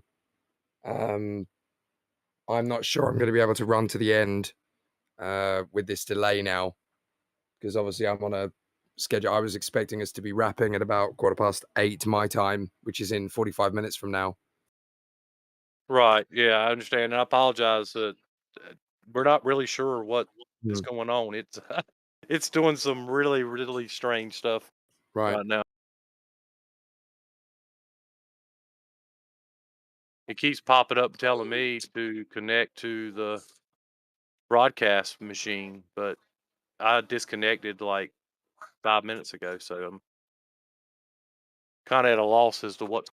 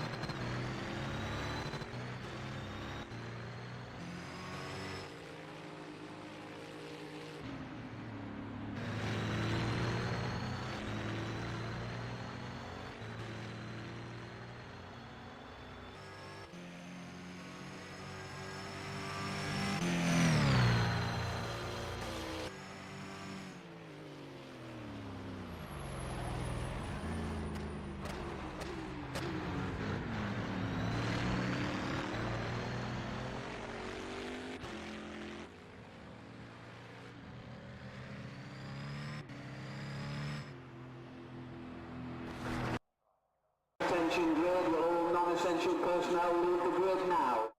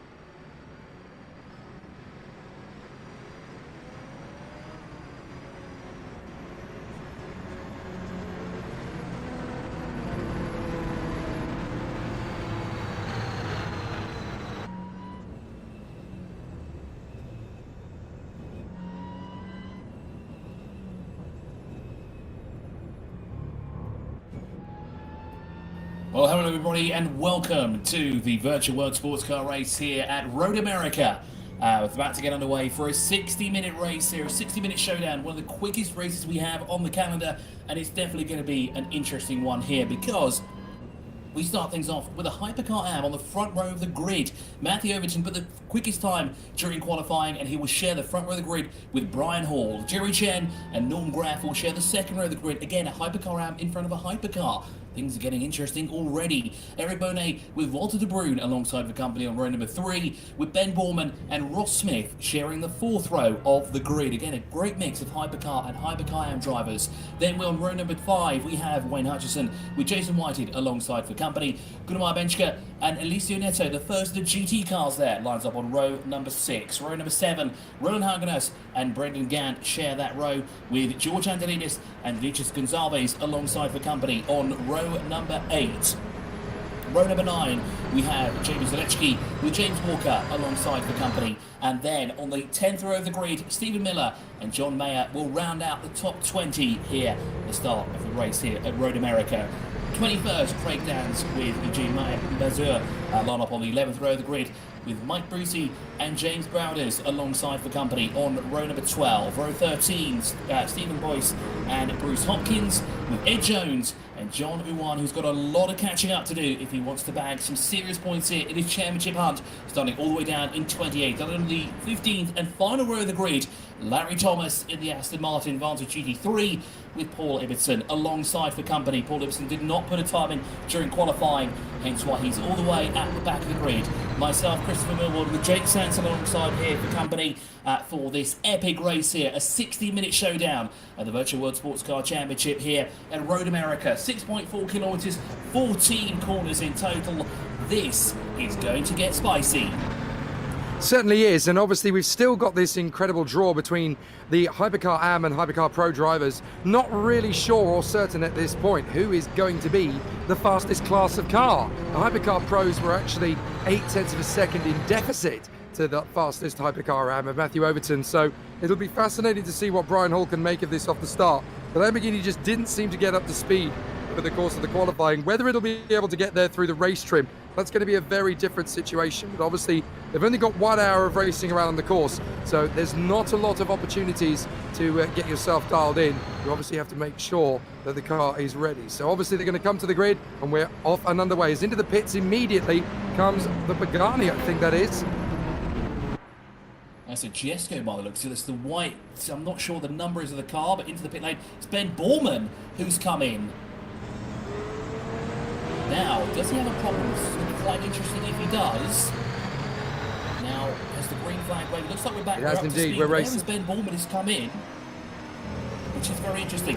Green flag waves, and away we go through corner 1. It's a great start from Matthew Overton, but he's not been able to escape the clutches of Brian Hall. He's sticking with him for the time being. There's about a car length and a half separate the two of them, but we're racing here for this 60-minute race here at Road America. Underneath the cheese bridge we go. Brian Hall in hot pursuit already, and there's a battle brewing behind them as well. That's Jerry Chen battling with Norm Graff there for third position overall. Norm Graff didn't get the start that he wanted, and it looks like he's going to have to try and follow Jerry Chen now through the corners to see if he can capitalise here. The Hypercar round looks like we've got a battle for the lead up front already. Brian Hall look on the inside, down towards turn 6, not quite enough braking there to get through on Matthew Overton, as Brian Hall again has to settle for second, but Norm Graff appears to have tried to do the same thing going up down towards turn 6 here. We've got a break back here between the Hypercar and the Hypercar AM drivers already as we work our way towards the carousel. Here's Ed Jones in 10th overall in GT. Good start here so far, but he's towards the tail end of the field, tucked in behind the C8 Corvette. There's the Aston Martin behind him as well, and that looks to me that John Mayer already trying to make a move on the inside. Johnny Wan has already blasted way past the GT field as he carves his way through methodically, but he's got to be very careful. There's not a lot of room here to make any sort of errors, and he's going to be very, very careful as he works his way through the GT. Now, it looked like there was ever so slightly a little bit of contact or damage, better yet, on the side of that GT car, although it might have just been the angle through the corner there. No, it certainly was, because there is no damage there on the right-hand side of the McLaren of Ed Jones. But Matthew Overton still leads from Brian Hall. Here's Ross Smith. We'll try and get an update on why Ben Borman came to the pit lane pretty much immediately before the green flag wave. He was already into the pit lane. Have we got another car in? Yes, we do. That appeared to be one of the GTs from the tail end of the field has come in as Matthew Overton's gone across the line fast of all ahead of Brian Hall, and it is Benchka who is coming. So that's two of the Hypercar drivers already that have come in. One from Hypercar AM and one from Hypercar Hypercar overall actually is Benchka is into the pit lane in the Koenigsegg Jesko with the Swedish colours there. Now again, not sure why he's coming into the pit lane this early. He's not doing a pit stop at all, and that looks very similar to a drive-through penalty. Now why would he have got one already this early in a race, Jake? Might well have had to serve one from the previous race, so potentially if they've obviously picked up a penalty from the previous round of the championship, then it's just better, I guess, to get the drive-through penalty out of the way before the race even gets underway. That way you're obviously going to be joining into the back of the grid, but you're not having to worry too much about getting caught out in the wrong place. So essentially their race now started, but it's obviously a long way back from the rest of the field. So Overton continuing to run at the front of the field at the moment. Brian Hall in the Lamborghini not able to run as close as Overton at this moment in time. The Porsches from Overton and Chen do seem to have good stability though in the first part of the race. That's where they've been able to get a little bit more speed out of the cars, and into the pits have come Stephen Miller and one of the Bentleys as well. I would not at all be surprised if this was a similar situation. They basically got to get a drive-through penalty out of the way nice and early. As we watch Ross Smith battling away currently with one of the Jeskos. I think that is Jason Whitehead in front of us on the road. So obviously this is a tricky situation when you've got the Hypercar Pros and the Hypercar AMs, very similar in terms of raw pace. So now they're actually battling against each other as they battle for position out on the track. Looks like we've got a great battle here brewing between Jerry Chen, Norm Graff and Brian Hall at the moment for second position overall. But here's a move on the inside of Johnny Wan. Now remember, Johnny Wan started way at the back of the field. He has managed to carve his way to the tail end of the Hypercar category already. He started down in 26th position at the very start about a lap ago, and in just one lap he's managed to already latch onto the back of the Hypercar train, which is good news for him. And of course there are a few drivers that have gone out already, because let's take Ben Borman and Benchka out of the picture because they both come in and got a drive-through penalty that must have been served from a previous race. But John Owan here on a mission. He needs to bag as many points as he's now sitting in 5th overall in the Hypercar category. Here's Eric Monet. He is currently running 3rd overall in Hypercar AM.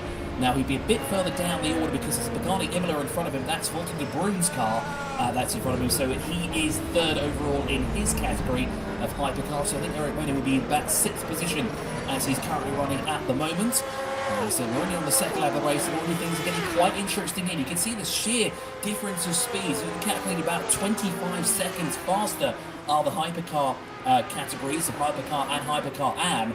So it won't be too long to the faster hypercars actually catch up to the back end of the GT field, and that's going to play a real issue because, again, Road America is a very tight track, and you could probably fit about 3 cars at any given moment along the track. So again, you think about going 3 wide, and that's something you don't want to do, especially when you go through the kettle bottoms, because there is not enough room there at all to make a slight error at the moment. And here comes Matthew Overton, and you can see that the hypercar cars are now only around 6 corners already behind the GT field. And here we go, a move on the inside from Brian Hall. He sniffs an opportunity, but he's going to have to back out going down towards turn 1. Is very late on the brakes as the brakes glow red hot on Matthew Overton's Porsche. A brief yellow flag, what seemed to be down towards sector 2 by the looks of it. But it looks whoever was the issue for the yellow flag has got going again. But it looks like the front of the field now starting to really bunch up. Here's a great battle here with Mike Bruce in the mix with James Bowders as well. Battling here, this is a four-way battle actually, which appears to be a mix of GT and GT Am drivers, with the Porsche being at the tail end of this quartet as we work our way through the carousel. 2 Lamborghinis out in front. There would be the Evo 2s, wouldn't it, with the Porsche leading it. It looks like the leading Porsche got a better exit, is now leaving these 3 now to do hard battle for what would be sort of the mid-pack of both GT. Yellow in sector 1. Now who's gone off? There is no car that's being shown has gone off, although we do have a car that's in the pit lane. Ben Borman is out already. The 018 is gone. DNF'd after just 2 laps of racing here, and that is going to be devastating for his points here at the end of the race. So that's 1 hypercar out, where we have just 11 remaining. It looks like a little bit of off-track excursion there for the Lamborghinis, allows James Bowders to take the position back and move his way up into a Lamborghini sandwich here. I think that's got to be a connection issue that's put Borman out. I can't think of anything else that would have caused an issue that early into the race, unless he's had a big accident that we didn't see. But certainly some difficulties there as James Bowders gets out of the way of the Lamborghini. They're dueling away for position. Now it's interesting because Brian Hall is all over the back of, hang on, what's happened to Overton? Overton was leading the race. He's now down in 4th place in the Hypercar Am category. So I can't quite figure out where Overton's suddenly dropped back. I think Overton's had an off somewhere, because he's suddenly just plummeted to 4th place, and he's just losing in terms of time. So I think Overton has had an off somewhere. Brian Hall, maybe just by sitting behind him and intimidating him, has been able to make the overtaking move. But Overton's coming in, so I think he's had an off and got damage. And that would explain why we had so many rogues yellow flags being thrown in certain sectors not too long ago. Matthew Overton, our pole sitter in Hypercar overall, unfortunately coming in early. Now this is certainly going to change up his strategy. He's going to have to think a little bit harder here, because if he's taking on any sort of fuel, he's going to have to come in at least 1 more time after this. Now this is a very interesting strategy that's being played out here. Just trying to keep an eye out on here on who may have been off at any point. Now Matthew Overton was on a quick lap as well, as he went purple through sector 2 before he came into the pit lane, but unfortunately it looks like this race is not going his way for the time being. We now have Hypercar out in front, and there is the leading Brian Hall, who has a lot of breathing room behind him. But of course now both Norm Graff and was that a GT car that was off there? It was. On the left hand side. It's the Corvette. It's one of the C8s by the looks of it that's gone off. Now that is Right the now. 21st place car. Now look at the speed differentiation. Look at the speed difference between the Hypercars and the GTs.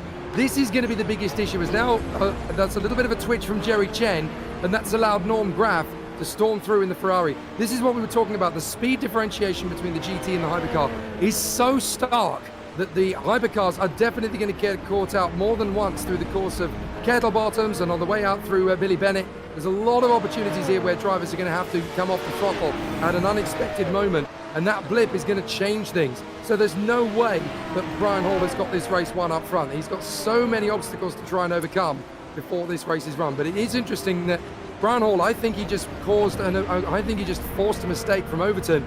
Just intimidation, just getting into his blind spots, and Overton just overcooking. I didn't see the incident, but certainly there's no damage from Brian Hall, so I wouldn't have imagined there was an incident between the two of them. I wonder if Overton just dropped it, and then essentially after that point, it's been about intimidation, and that's exactly what Norm Graff has done to Jerry Chen. He's just intimidated him, being a bit of a wasp at a picnic in his mirrors, trying to fox him into making a mistake. And that's exactly what Jerry Chen has ended up doing. There's also bad news here as well for Hypercars, because he is dropping down as well. He had an issue in Sector 3, which has dropped it down to 29th overall, the tail end of the pack here. Of course, the GT cars now being lapped by the faster cars. And we've got a replay here. Now, one of this is for Matthew Overton's reasoning as to why he's come into the pit lane, or do we have something else at stake here? Let's have a quick look. That is one of the yes goes. Now, that is not a Matthew Overton. That looks to be, oh, that's off during the carousel, and that's straight off there, just losing the, is that Whitehead? The braking point completely. I think that's Whitehead, yes, I have a isn't feeling that is Jason Whitehead. Yes, that's down. He's down in 8th position for Storm Rider Racing, because there's Ross Smith right behind him. Yes, that would be Jason Whitehead, and Ross Smith also gets it wrong there at the entrance of Kettle Bottoms. Now this is where Overton went off. Look, he was lapping traffic and he just overshot, and then he rejoined right in front of another car and just lost the car completely and smacked the barrier. So that's why Matthew Overton ended up going off. He just got caught out lapping traffic. That's exactly what we said could happen. Yeah, and Kettle Bottoms is certainly one of these hotspots where we're going to see a lot of this happening, because you saw the reasoning there. He was trying to get past slower GT traffic, and he just mistimed his braking point and unfortunately lost it. There's Ben Borman, so the good news is that he is back out by the looks of it. So whatever issue he may have had, whether it be a connection issue, internet-wise, or I guess steering wheel-wise as well, he's got that sorted out, and he's just waiting for the entire field to go by, not to slot in anywhere, not to ruin anyone's races, and he's now back out on track, which is absolutely great news. Here we're looking at Bruce Hopkins, who's now come into the pit lane as well. So a lot of early takers here into the pit lane. As the 29th car overall, I have a feeling I may know who that might be, because yes, it is. It's Hypercars for JR Racing in the Corvette C8 that unfortunately has come in. Now, it's still showing that Ben Borman is in the pit lane, so he hasn't actually come back out yet. So that might just have been a slight hiccup there. But Brian Hall, excuse me, looks to be coming on the back bumper of Matthew Overton, and now he doesn't want to go a further lap down here, does he? He's going to want to stay on the lead lap as much as he can, but yeah, he might actually not be on the lead lap anymore, Matthew Overton. Actually, he is, so he's actually fighting, and off goes John Uwan, and that is not good news for him as well, because he has a hypercar with him as well. That's one of the Lamborghinis that is trying to make a move on the inside, and for John Uwan's championship hunt, he's going to need to make fewer errors, actually, kind of think of it, because he's vying for a championship here. Norm Graff is carving his way through the field here quite perfectly, I must say, as he is out of Kettle Bottoms and now up to the back bumper of one of the Bentleys. Now, it does look like Brian Hall is about a quarter or so in front of him, so essentially this is going to be the lead battle soon enough. It's about 2 seconds separating the two of them, but of course the back markers here are going to really play in the favour of Norm Graff, because he's going to want Brian Hall to come across them in the slower corners to allow him maximum speed to catch up, so that he can challenge for a race victory here. But he's got the Konica Minolta Acura NSX, not a Honda, it's an Acura here, isn't it, in front of him, but makes quick work of that on the inside through turn 1, nice and easy. Corvette C8 moves out and offline as well to let the faster cars through, not to impede the battle that's going on in front of them. So that was George Androlidis there on the HPD Acura NSX GT3 car here. He's currently 3rd overall in class, and trying to stay with the faster cars here to ensure that he has some sort of a blockade between himself and the rest of the GT field as well, because here comes Walter de Bruyn. Now, how far is it back from Norm Graff? Well, that in front of him would be Jerry Chen, by the looks of it. So this should be the battle for 4th position at the moment, although yes, it would be, because Walter de Bruyn is 3rd overall in Hypercar, but 4th overall on track by the looks of it. So he's just got one car to try and make his way through, and again, black back markers here playing into the hands. There's Brandon Gadd and Nissan GTRs. They catch up to him on the carousel to go all the way around the outside. That's a very, very precarious move there you want to make. Oh, it looks like the GTR was just slid out there, almost lost control of the rear end going through the carousel. As we're now into the Kettle Bottoms here. Very, very wide there. A very aggressive drive here from Walter de Bruyn. Again, he's also in this championship hunt as well. Dan Kirby might not be here, but of course, plenty of points on offer. Plenty of points as well to catch up in the championship fight. Here's Ross Smith in the Koenigsegg Jesko as he exits out of the carousel. And now down towards Kettle Bottoms here. Again, this is going to be a very troublesome part of the track, using as much ground as he can there, without putting two wheels into the grass, because of course you put two wheels in the grass and away you go. We've already seen what happened to Matthew Overton. He didn't even get into the grass there. Again, here's Gurmai Benchka, another one of the drivers that came into the pit lane earlier on, but it seems to be Benchka's mission to get back up to the sharp end of the field is going a lot quicker than, say, Matthew Overton's might be. Speaking of Overton, he's got a lap down. No, he hasn't, so he's managed to still stay ahead, or just about, of Brian Hall. And there is Matthew Overton. Now, I wonder where Brian Hall is in proximity to Matthew Overton. It's saying 152, so actually that would put him a lap down then, because underneath the Corvette bridge now goes Brian Hall. And no, he isn't a lap down just yet. He is actually a corner or two in front by the looks of it, Jake. Seems to be, for the time being, yes, just getting out of the way of the Corvette, or the Corvette getting out of the way of the Lamborghini, I should say, and now having to do the same thing for Norm Graf. So Graf goes through in the Ferrari. This is where it's going to be about patience, because Walter de Bruyn in third position just wants to throw caution to the winds. The real troublemaker here is John Huyan. He really didn't want to be down in fourth position at this point in proceedings. He really wanted to be up there fighting for the podium. So this is, unfortunately for him, this is going to come down to pit stop strategy and big tactics. But look, this is exactly the kind of thing that Walter de Bruyn doesn't need.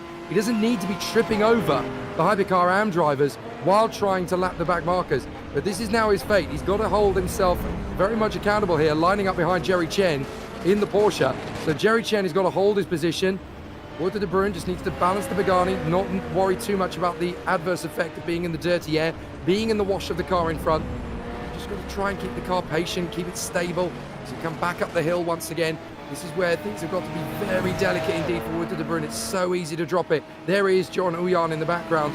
He really wanted to be in the top three this weekend to decimate the gap between himself and Dan Kirby to a couple of points. The fourth position isn't really going to get him onto the toe of Dan Kirby. It's going to decrease the gap, yes, but Dan Kirby isn't going to break a sweat on the sidelines watching this one. Yeah, but for John Huyan, he started down in 26th position. He's already up to fourth place overall, which should put him inside of the top 7. So it's a mighty fine drive from the very start of the race. Here's Wayne Hutchinson in the Mercedes AMG 1. A very rapid car indeed, the first time that I've personally seen it out track, and it's absolutely stunning at the moment with Wayne Hutchinson currently behind the wheel. He's circulating in third overall in the Hypercar AM category, about 21 seconds adrift from the second place Eric Murray car. Here we're looking at James Walker in the McLaren 720S GT3 car, currently running 5th overall in GT, as he uses as much of the grass area as he possibly can without getting it all pear-shaped. As he's tucked in now behind one of the Bentley Continentals now. Is this a battle for position? Yes, it would be, because it's about a tenth of a second separating these two at the moment. The Bentley Continental of Gonzalez just in front for the time being as they work their way through Canada Corner. Sorry, that's for the Lorraine sweep as they go underneath the Corvette bridge. Through turn 6 they go. The McLaren really sticking with the Bentley there. He's just trying to force an error. And just lurking in close proximity is one of the Astons as well. And it looks like he's got the toe. That looks to be, it's John Mayer, who is just tucked in behind him. And it looks like we've got a faster car that's one of the Yescos, the IKEA Yescos as well. Now, I don't think that's Ross Smith's car, because I think Ross Smith has a predominantly yellow version of that car. I think that's Gurmai Benchka, who has that blue, the predominantly blue Yesco. As he finds a way through after the carousel, not to interrupt this battle as well. Oh, and there's one of the Bentleys in the wall. That is Gonzalez, and that, of course, is during Kettle Bottoms. And that's what we said before. Yellow in Sector 2. Now, can he get it going again? And now I wonder if we can get a replay of what exactly happened there for Gonzalez, because it looked like we just caught the tail end of it. But it may have been either the McLaren got a little bit too hot through the corners, or the Yesco may have just slightly missed the breaking point there and put Gonzalez into the wall. But unfortunately for Gonzalez, that will drop him down into 6th position overall in GT. So we went from a three-way battle to now just a pair battling here for 4th position overall, as the McLaren 720 of James Walker continues on with the Aston Martin behind him as we work our way now down towards turn 1. That battle is a lot closer than it says on screen, or that is not Mayer, at all. That's a yellow in sector 3, and here we go. Hopefully this is a replay of what happened with the Bentley of Gonçalves, how he got it all wrong, or if there was another party involved. And that was a frightening incident as well. And again, as we said before, now we're looking at one of the Lamborghinis that's gone off as well. That's Eric Monet, who seems to be taking a small excursion off, and he seems to have lost it going through the final corner, but has managed to keep it in a straight line as well, so he keeps going up the hill. And of course, Eric Monet up in front. Here we go. This is the battle with the GT, and of course, the quicker of the hypercar cars getting involved here as well. So into the kettle bottoms. Oh, and he just lost it by himself. He was just a little bit too early there on the accelerator, and it seems to be just too much power behind the wheel. The rear just stepped out, and he unfortunately lost it due to his fault of his own. It was no fault of anybody else. It was just him who did it all by his lonesome. But of course, he's not going to be happy about that either, because he was in the thick of things right there as well. Now, the good news is that he appears to have got going again. Yes, he has, although he's quite a ways back. We saw with two of the Porsches back there as well, almost coming together from the kettle bottoms as well. So, we continue on here with Brian Hall leading the field. Yes, we're back to the pictures here. We've elapsed successfully 20 minutes of racing, although it certainly hasn't been incident-free so far, especially for this man here, Gonçalves, unfortunately dropping back quite significantly as well, because now he's behind two of the GT AM cars. One of them is definitely James Bowders. We're feeling the other one is Eric Mazur. Yes, it would be, because he's in the black Porsche 911. And again, almost gets it wrong through kettle bottoms again. Second time's the charm to get it right, maybe? No, because he's had a few more attempts through there. Indeed, it is James Bowders just in front of him. And of course, those two battling in front for fourth position in class in the GT AM category. As things start to get a little bit interesting here in the first half an hour of the race. Here's George Angelidis. He's had a very relevant accident-free, or incident-free, shall we say, first 20 minutes, as he comes up now behind Brandon Gant. Now, this is the battle for second overall in GT between George Angelidis and Brendan Gant. Now, the battle is, well, it's about a second separating the two of them here as they work their way now into turn 6. The brakes glowing red hot there at the front of the car. Now, interestingly enough, track temperature's actually gone down from when we started the race. It was 49.1 degrees centigrade. It was capping near 53 degrees, so we've lost about 4 degrees centigrade on track. So it's going to get slightly cooler here, as George Angelidis almost gets it wrong. Wants to sample what the grass is like there. Lawn mowing as well through the corners, but he's managed to stick it with Brandon Gant, and he's managed to stay with him, not lost a lot of time either at the moment. He's brought the gap down to 5/10 of a second, working his way through the carousel. Now, this is where we saw Brandon Gant get it a little bit drifty, especially at that rear end, got loose not too long ago through the carousel. I think George Angelidis knows that he's stronger now through this second sector here, and he's trying to really reel Brandon Gant in. Great battle here in GT. This is only for the second step of the podium, excuse me. But this, of course, is allowing Elisetto Neto to escape up the road. Now, how far up the road is Neto? He is quite a ways up, actually. No, he's 15.6 seconds up the road. By the looks of it, is George Angelidis tries to go on the inside as Brandon Gant is pushed out wide, but shuts the door on him through turn 13. As they work their way now up the hill and across the line again, as George Angelidis had to settle for third. And looks like we've got both Walker and another GT car tucked in behind as well. Now, they'll be on the scene soon enough as Jamie Zaleczki in that Aston Martin. So he's the leader in GT AM in that purple, a beautiful shade of purple as well on that Aston Martin as well. He is vying for position here. Now, this will be fourth in GT if he can get through. And of course, just up the road there will be a podium finishing position in GT, Jake.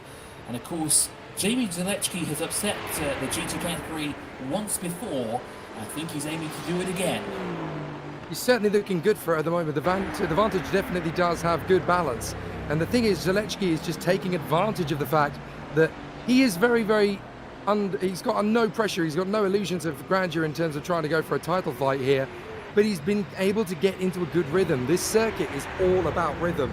And the complexity of strategy obviously plays its part in it. But this is such a dynamic circuit where you get a lot of overtaking opportunities, but it's so narrow, it's so slim, and one slight error in judgment in the braking zones, you don't have a lot of room to fall around. Look how close the walls are as they come through the carousel.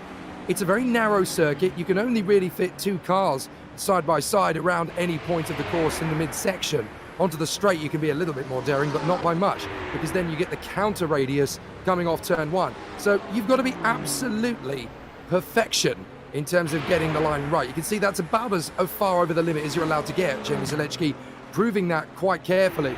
But you go any further than that and you are going to spit the car off into the barriers, and at these speeds, that's game over. And there is George Angelidis getting it slightly wide out of kettle bottoms. That's exactly the kind of thing that can happen. You can get spat out there. He actually came through the radius of the square right, actually, on the run to Billy Bennett and just dropped it.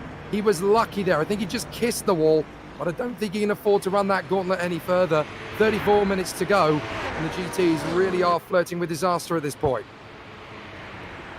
And again, it's through kettle bottoms as well. That was the danger zone, as we'll call it now, where a lot of drivers have been called out. Of course, Jose Gonzalez had his excursion off track, and George Angelidis got it completely pear-shaped, lost second position there at before coming across the line. So, and luckily, he's kept it in a straight line as well. But you see how much time he's lost to Brandon Gamp, because he was tucked in less than a second between the two of them, and has now dropped back to, how far is the gap between the two of them? Well, it is 1.2 seconds. Actually, it's going up as well between the two there. They're battling for GT at second position, as Jamie Zalewski still trying to find a way to the back bumper of Walker here, as Matthew Overton again is trying to carve his way through the field. Blue flags wave on the side there to signify that the fast driver is coming through, as George Angelidis stays ahead for the time being of the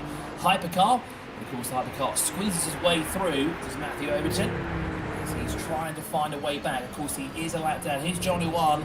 He started 26th overall. He's now 3rd in class, and I think he's 4th overall, because that's that should be Jerry Chen that's just in front of him.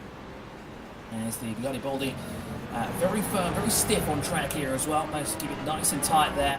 Again, this is not where he wants to make any mistakes, because of course he is trying to close up that battle for the championship hunt here.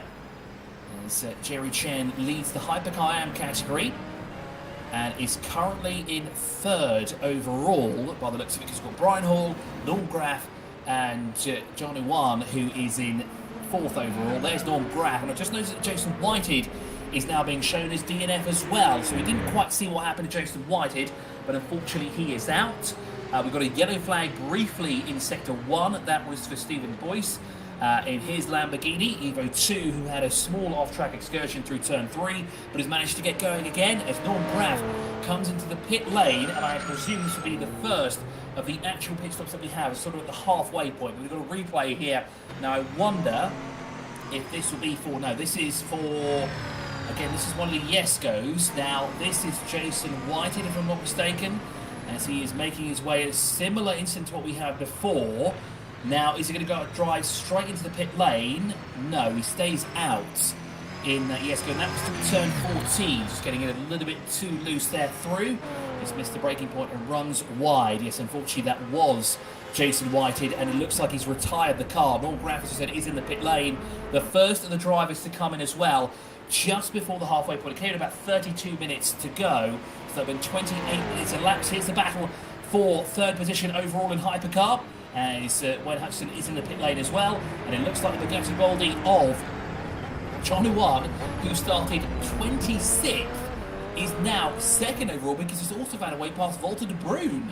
Now I wonder when did that happen, as we have a yellow in Sector 3, and we're getting now quite a busy pit lane here as well. Jerry Chen leads Hypercar AM ahead of Eric Boney by 17.7 seconds to the good so far. Of course, he would like to have stayed ahead of Johnny One, but Johnny One says, excuse me, I have a championship to win. I've got some points I need to catch, as Dan Kirby unfortunately not here today. So of course, maximum points for Johnny One to be scored if he can catch the back bumper of Brian Hall. Now, the gap is 10 seconds, and it's coming down as well. It's 8.5 seconds. Brian Hall is either slowing down or John Uwan is on an absolute tear here at the moment as he's carving his way through. Now, of course, Brian Hall coming on some back marker traffic there, and he's going to dive into the pit lane, isn't he? Yes, he is. So the leader is in. Now, I wonder if John Uwan follows him. Yes, he does. No, sorry, that's Brandon Gamp that's come in. John Uwan does come in, but however, Jerry Chen does not. Jerry Chen decides to stay out for an additional lap. So both of our race leaders in Hypercar are into the pit lane behind James Zalewski, the leader of GT AM. George Angelidis is now the leader of GT. So Isaiah Neto is now, who's the leader of GT, is now in third overall. Walter De Bruyne now leads the Hypercar category, but Jerry Chen is shown as the overall race leader here at Road America. We've successfully elapsed the halfway point. We have 29.5 minutes to go here around the 6.4 kilometre track here at Road America. A very interesting and tricky track as well, as Jake said before. It's very tight in a lot of places. Ooh, almost at the back of one of the Aston Martins goes Jerry Chen.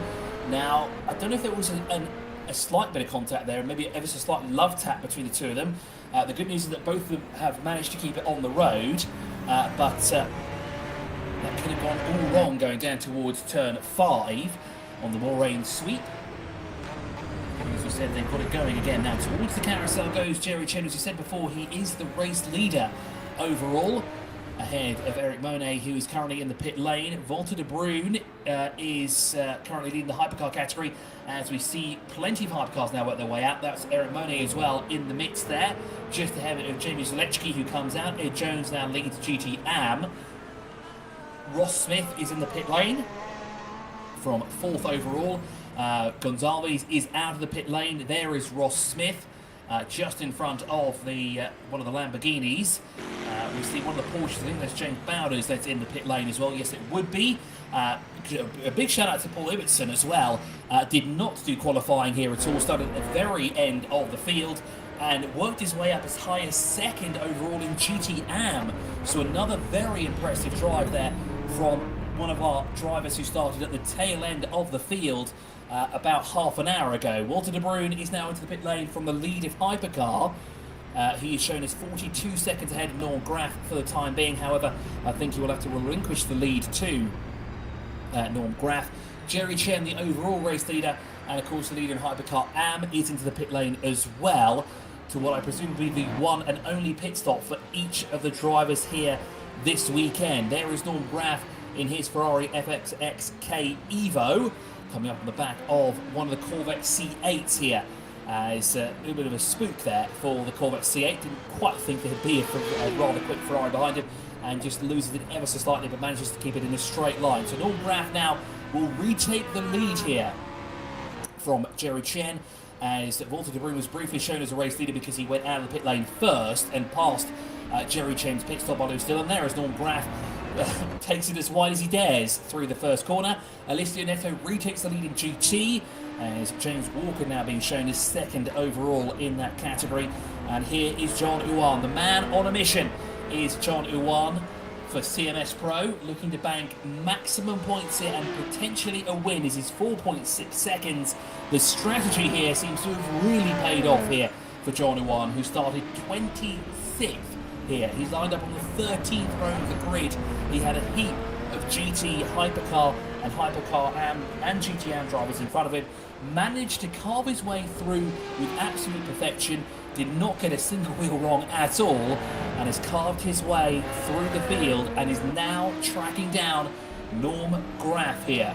Now, Norm Graff's tyres will be a little bit cooler compared to John Uwan's, because sorry, the other way around actually, because John Uwan's come out of the pit lane, whereas Norm Graff has been circulating for some time. But it seems to be the heat isn't really, the temperature of the tyres isn't really affecting John Uwan too much, as he's able to stay within 5 seconds of the race leader.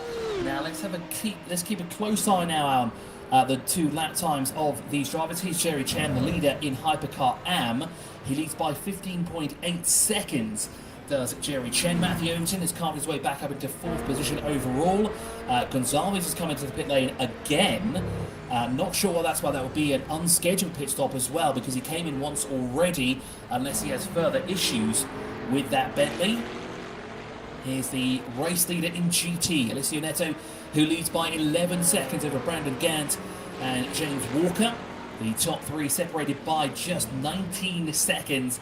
But for Alessio Neto, it's running smoothly, as we could say. Here's Jamie Zalewski up behind George Angelidis in his Acura. The Aston Martin here looking to spoil the party in GT, that's for sure. And George Angelidis has shown as 4th overall in GT. This will put Jamie Zalewski in 5th in that category, and he finds a way past. He will be in 4th position, and he has to find a way to track down Walker if he can do it in the last half an hour of the race. And it looks like quite an extended pit stop here as well for Gonçalves. I'm not sure what the issue might be with that Bentley. It could be an ailing issue from the damage sustained earlier on through the kettle bottoms, but Gonçalves comes back out, although he will be significantly further back from the GT cars, including the two that are coming up fast behind him at the moment through turn 1. He's going to keep a close eye out now between for those two, as Jamie Zalewski uses as much of the runoff area as he can. Now, going back to the lead battle, through sector 1, John Huard was quickest through that first sector as well. He was 0.3 of a second faster compared to Norm Graf. But the lead is still staying around 4.5 to 4.3 seconds between the two of them, as we're now into sector 3 here, sector 2, excuse me, for this battle for the lead of the race. There is the Bugatti Bolide, as we said before, starting at the very end of the field. Norm Graf, though, was quickest through sector 2, seemed to have got it right more often than John Owan did, as a 39.472 compared to a 40.044.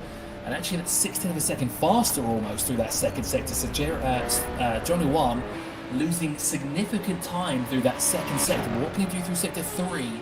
Can he catch up? Because if we look, it looks to be the two times kind of traded between one another.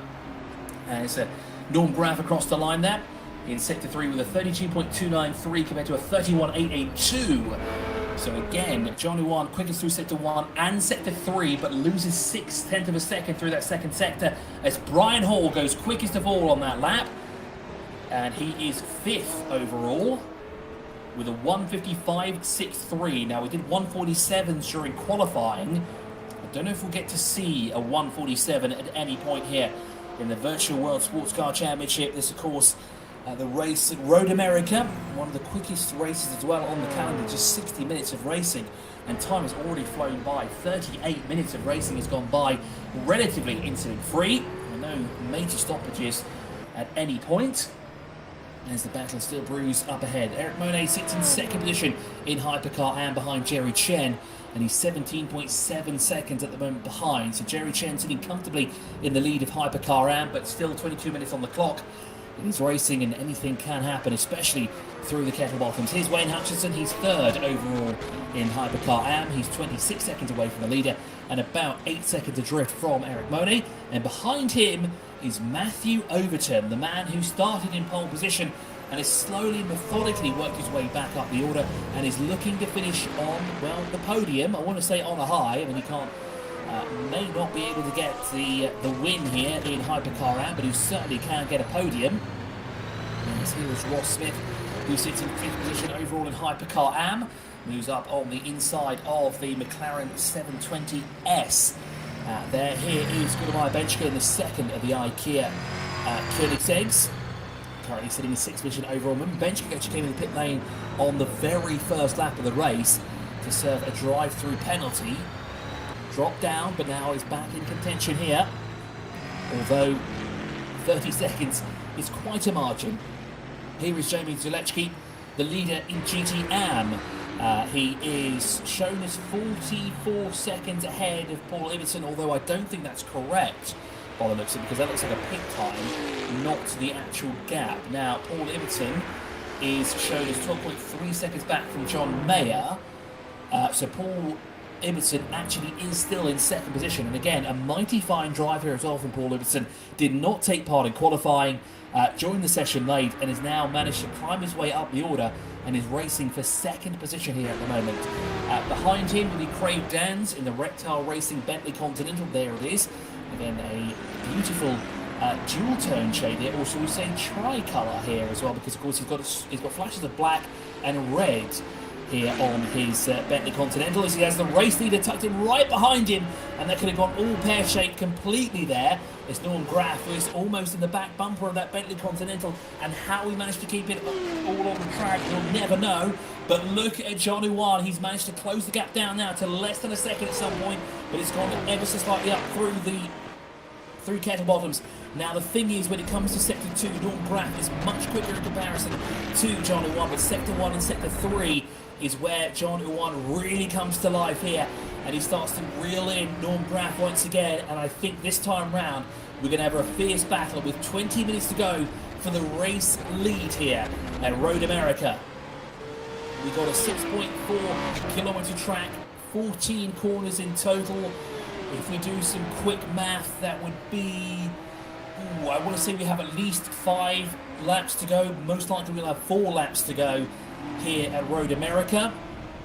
No, because we're running 2 150s, aren't we? Yes, so that would mean 10 laps then, if my maths serves me correctly. But my maths has been pretty wrong this season, so let's not count on my maths just yet. I really do need to get myself a portable calculator as we ride on board now with John Uwan here, the man that started way at the tail end of the field. Again, 26th on the grid, 13th row of the grid out of 30 cars, as he comes on the second place car in the GTM category. Paul Ibbotson, you just saw on the right hand side of your picture, moves out of the way because he knows that leaders are coming through here. And this actually puts Paul Ibbotson at a bit of a deficit, because Jamie Zalewski was in close proximity not too long ago as well. Sorry, no, it wasn't. It was Craig Dans, wasn't it, in the Bentley Continental? I get my purple cars there a little bit confused, but you could see through that first sector how planted John Uwan is. But of course we go into sector 2 now, and this is where he starts to lose a little bit of time now to Norm Graff. You can see he's not as close to the inside line as he'd like to be compared to that Ferrari ahead of him. And now we're getting a great side of what it's like to go through Kettle Bottoms. It looks like a little bit of a touch there of the brake pedal there, excuse me. A little bit of a lift off the accelerator just to make sure that everything keeps on track. Heavy into the braking zone, try to get a little bit of ground there on Norm Graff, but it still stays behind him. About 2 car lengths separate these two now as we continue on board with John Uwan.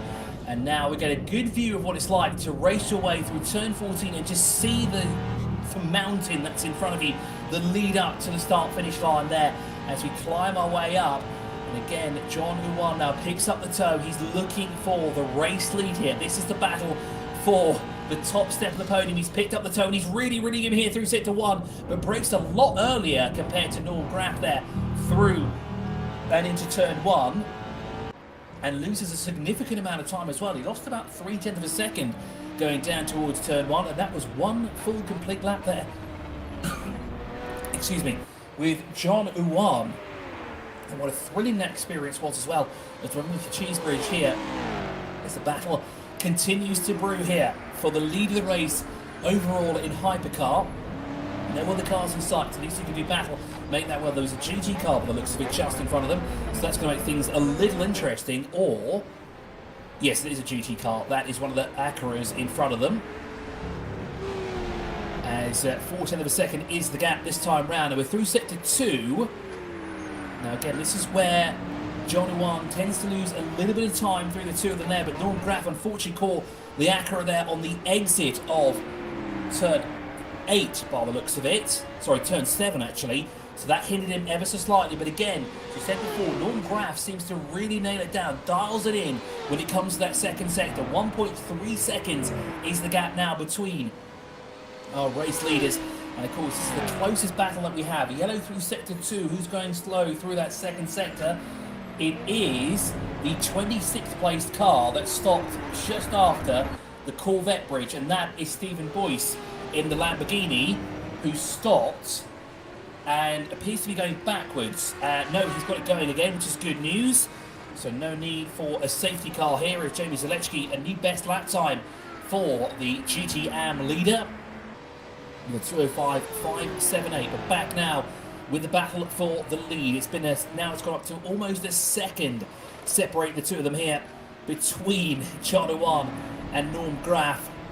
Of course, 4 exciting categories racing here this weekend: Hypercar, Hypercar AM, GT and GT-AM. But this is the closest battle we have on track. Actually, we have another one brewing for 4th overall in Hypercar AM between Ross Smith and Benchka, the two IKEA branded Koenigsegg Jeskos. They are separated by a similar margin and both using as much of the grass as they can, going through the kettle bottoms. As Ross Smith has the alternate paint scheme, as we could say, to Benchka.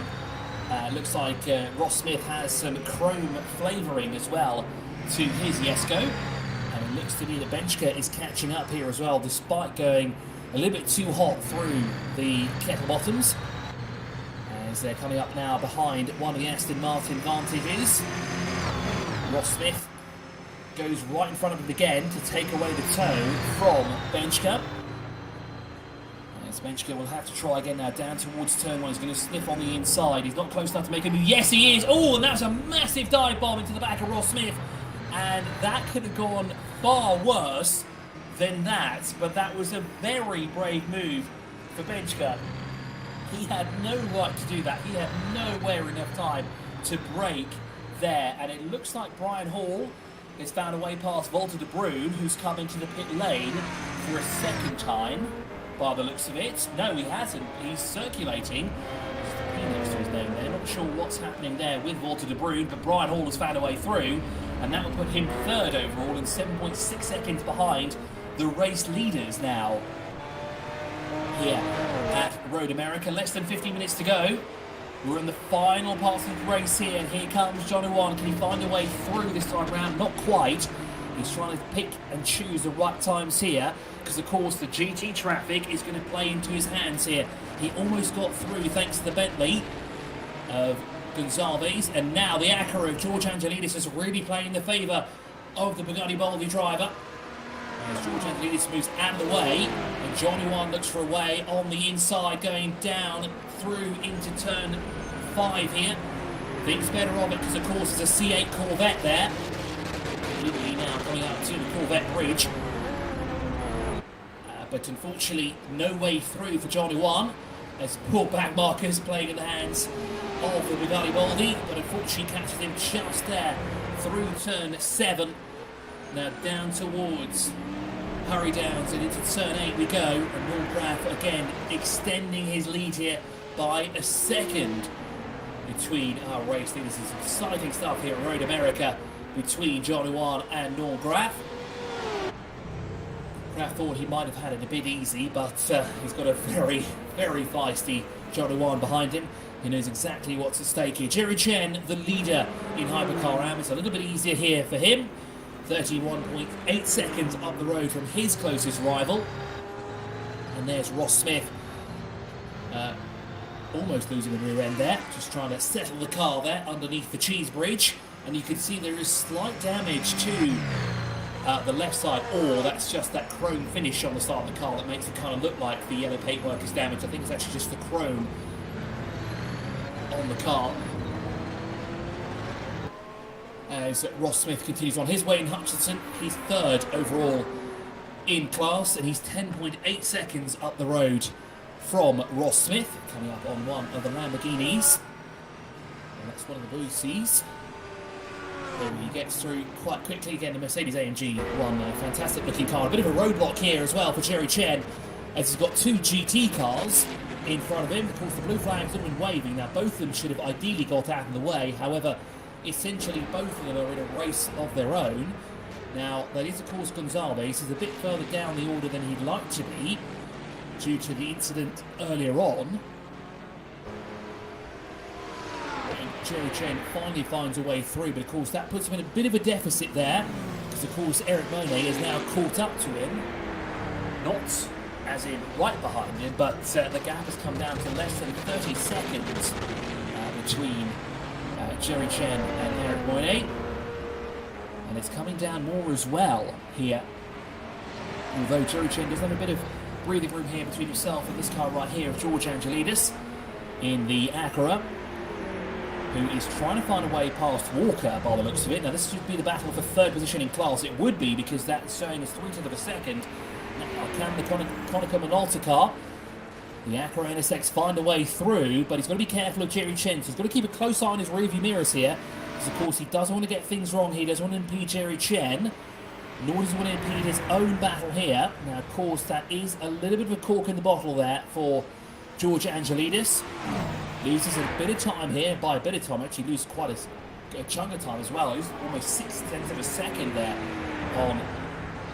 in that second sector. With just over 10 minutes remaining on the clock here. Matthew Overton sits in 6th position at the moment, 7.2 seconds drift from Benchka. As he works his way through, was one of the Boise Lamborghinis, runs wide through turn 5, just before the Corvette bridge. John Owan still sitting in 2nd position, and he now looks to be losing some more time, although it looks to be traffic is playing a key factor here, and is playing in the hands of Norm Graff as he makes quick work through them. But John Owan has to pick the right moments here. Ooh, cut off from the Bentley. He'll have to make a move on the inside. The power, just so much more power on the foot of the John Owan driven Bugatti Baldi compared to the race leader in GT, Alessio Neto. Again, a relatively incident-free race as well for Neto. Haven't seen him get entangled with anything. Sitting comfortably 20.2 seconds up the road from Walker. As Jerry Chen again, the race leader up behind Brandon Gatt. Here is the leader in GT in the Bentley Continental. The GT3 car, Alessio Neto. Tucked up behind one of the Aston Martins. Here's Jamie Zalewski, the race leader in GT Am. Again, a relatively incident-free race for Zalewski, although he has seen his fair share of incidents in front of him. And just ahead of him at the moment is Gonzalez. Now, this is not a battle for position, because Gonzalez is much further back in terms of timing compared to Jamie Zalewski.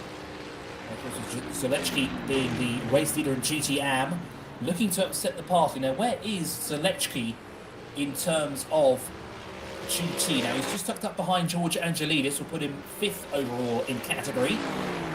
Not enough to be on the podium, however. 8.5 minutes to go on the clock. The Aston Martin struggling to find a way past the Bentley. He's going to go around the outside. Has to be on the brakes here. Doesn't want to get it wrong at the exit of the Kettle Bottoms. A little bit of a rear swing there from the Bentley Continental of Gonzalez, but Zalewski has broken through. And here again are the two IKEA Koenigsegg Jeskos in close proximity once again. 2 or 3 laps ago we saw that dive bomb from Benchka. Now he managed to keep it on the road and not take Ross Smith out.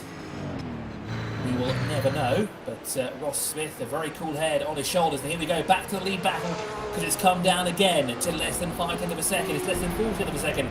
Briefly there, as we work our way now up the Hurry Downs and into turn 8 here at Road America, as I think it's Stephen Miller in the McLaren, just running ever so slightly wide. As John Owan, again, as he said this multiple times, but it's still an astonishing drive from him. As he said, he knows exactly what's at stake, with Dan Kirby not being present here, clawing some points back in the championship hunt, starting from 26th on the grid of 30 cars. It is no easy feat to carve your way through 24 other cars. He has a 25th car to find a way past. And can he do it here with 6 minutes to go on the clock? But yeah, make that 7 minutes to go on the clock, because we've just gone past 7 minutes to go. 53 minutes elapsed already. Gosh, where's the time gone already? It seems like only 5 minutes ago we started this race. As we're into the second half of the race here, the final 10 minutes as well. Things are starting to settle down now. We're settled into a groove here. As the drivers know what's at stake here. Can't make any rash decisions, although John Owan is most certainly thinking about doing one somewhere. Just where exactly he can do it is relatively unknown for the time being, because again, we're not seeing much of what he's doing through Sector 1, how close he's getting to the back bumper of Norm Graff through Sector 1 and Sector 3. As there are the 2 points that he seems to be faster on track, but Norm Graff has the upper hand through Sector 2. Now, we've got a yellow flag in Sector 1. Now, who's had an issue through that sector? Now, is it the car that's just behind 4th position? It'll be the 21st placed car. That's a little bit further back. That may have had an issue going through turn 3. As we're looking at Stephen Boyce. Only gets it wrong out of the kettle bottoms. Unfortunately, the rear end just steps out. Good news is he's kept it off the walls, and we keep going again. The good news that it was nowhere near the front runners either, because that could have gone... Ooh, Johnny 1 there, getting a little bit wrong there by the looks of it. Now that was very unusual, and that of course puts him in a very big deficit, because he's now lost over 2 seconds to Norm Graf through Sector 1 as well. Sorry, that was through Sector 3. Sector 2, sorry, because we just entered Sector 3 here. And Jerry Chen is looking for a way through. Now, it doesn't say how far back Jerry Chen actually is, or does it? Because, no, it wouldn't be, because Jerry Chen is further back from Johnny 1. As Brian Hall is in between the two of them, as is Walter de Bruin as well. So this wouldn't be for a position on track. As Brandon Gant comes in. Oh, Johnny 1 comes in as well. Jamie Zalechki is in as well. It's just going to be a last lap dash of fuel here. Now this is good news for Norm Graf, because Norm Graf has continued on. Johnny 1 hasn't, even though it's showing that Johnny 1 is still out on track, although on screen we've seen him roll through the pit lane. This is quite interesting what's going on here. Nope, there he is. So that was just a momentary hiccup. I was going to say, that's very, very unconventional for Johnny 1 to come into the pit lane this late in the race. He would honestly throw it all at Norm Graf to try and take the lead away and try and win. I don't think Jamie Zalechki was in the pit lane either, so that may have just been a graphical error, so I do apologise for that, because Jamie Zalechki is still circulating ahead of Paul Ibbotson, who conveniently is just ahead of Norm Graf for the time being. And of course, Johnny 1 keeping an eye on this battle here. Would have liked Ibbotson to hold up Graf for a little bit longer than he might have done through the carousel, but of course Ibbotson knows exactly what's at stake here and had to move offline. Well, actually, essentially he was online, wasn't it? The two hypercars had to go offline there around the outside of Ibbotson. And it looks like Matthew Overton has found a way in between the two Koenigsegg's, as both of the Koenigsegg's run wide through turn 1. Matthew Overton will say, thank you very much, I'll retake 4th position in GTM after starting at pole position. Unfortunately, the early stage of the race lost it through the kettle bottoms and into Canada corner as well. Lost it all by his lonesome, unfortunately. Met the wall briefly on either side of the track, just to say hello, to ensure that they are in perfect working order. As Gulimaya Benchka has got past Ross Smith, so not a good sector there for Ross Smith through that first sector. Not 1 but 2 positions lost, losing down to 6th position overall. With 30 cars racing here today, we've only lost 3 drivers: Jason Whited, Lauren Hagenars and Ben Borman. We lost Ben Borman quite early as well into the race. And 2 minutes to go now on the clock. Let's see if we could follow Norm Graf and Johnny 1 to see what he could do now, essentially on the closing stages of the race. Now these two are working their way through Sector 3 here, what should be the penultimate time, because we won't have enough time for an additional lap after this. And they definitely won't be able to finish this lap, sorry, the penultimate lap, and then another lap. So this should definitely be the second to last lap, the penultimate lap as it's called. As they're now out of the carousel, down to all kettle bottoms for the penultimate time, and it looks like Johnny 1 is throwing absolutely everything at Graf here, including the kitchen sink, because he wants to find a way through. He wants maximum points. He wants to catch Dan Kirby here. Again, his closest rival not here today. But Norm Graf is certainly a thorn in his side here. And he's got 1 lap now this time round to do it. As Norm Graf comes into the pit lane. No, let's not get too excited just yet, because no, Norm Graf has come into the pit lane on the very last lap of the race. That strategy that's gone completely wrong there for Norm Graf after a stellar lead performance there.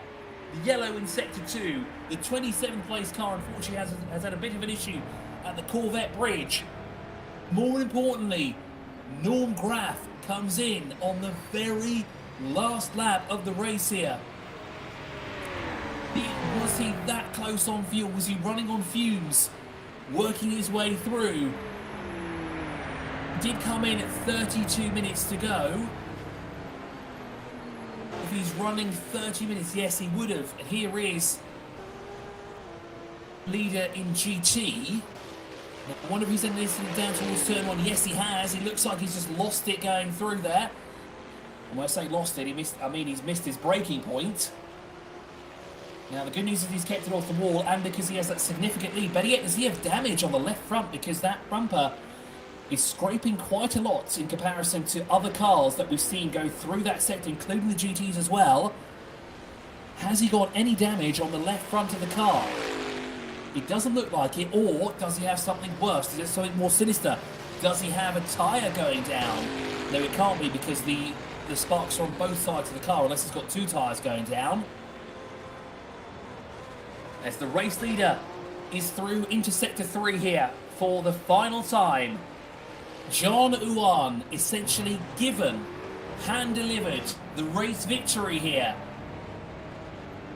As he's through turn 14, and he'll come across the line one final time. It'll be the one lap that he leads, and it'll be the most important as well, as John Uwan wins here at Road America. He'll bag maximum points, and it's exactly what he needed. Brian Hall across the line in second in Hypercar, followed by Walter De Bruyn. And he'll be happy about that. Here's Jerry Chen. He will come across the line first in Hypercar Am. He won't be on the podium though for Hypercar, but he'll be happy with a 4th place finish overall and a win in Hypercar Am. Graf across the line in 4th, and what could have been, if he played the fuel mileage game and he had to have been out of fuel, there's no other reason why he'd have to come in with 1 lap to go. And heartbreak there for Norm Graf as well. I can't imagine what he's going through right now. As Eric Moynier comes through, he'll take 2nd in GT Am. Hypercar Am, excuse me. Where are the GT drivers as well? At the moment, it's Matthew Overton will come across the line in 3rd. So a great recovery drive there for Matthew Overton, who's our pole sitter. It's Gunnar Benchka will come through. Ooh, is Wayne Hutchinson on fuel mileage? Yes, he has. I think Wayne Hutchinson has run out of fuel because he was 3rd, and now he is dropping back like a stone in 6th position. We've got a Koenigsegg Jesko out wide through turn 14. I think that's Ross Smith who's gone off.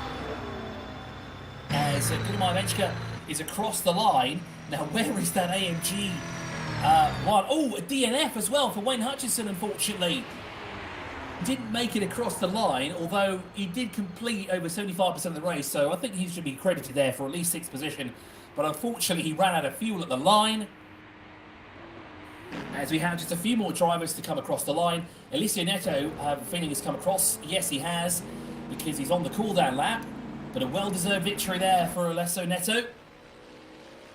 As John Uwan, victorious here, essentially hand-delivered the victory there. Can't discredit him at all. He started 26th, and an incredible drive there in the last 30 minutes of the race as well. The challenge for the race victory as well. And, it all came together for him at the end as well, which is absolutely fantastic. So that brings an end there to our 60-minute race here at Road America. But before we go, we'll try and get a quick word with our top finishers, especially in the hypercar category, because I want to know exactly what went through Johnny Uwan's head when he saw Norm Graf go into the pit lane there on the very last lap of the race. I think he knew exactly what was going to happen. But a very fun and exciting day out here at Road America.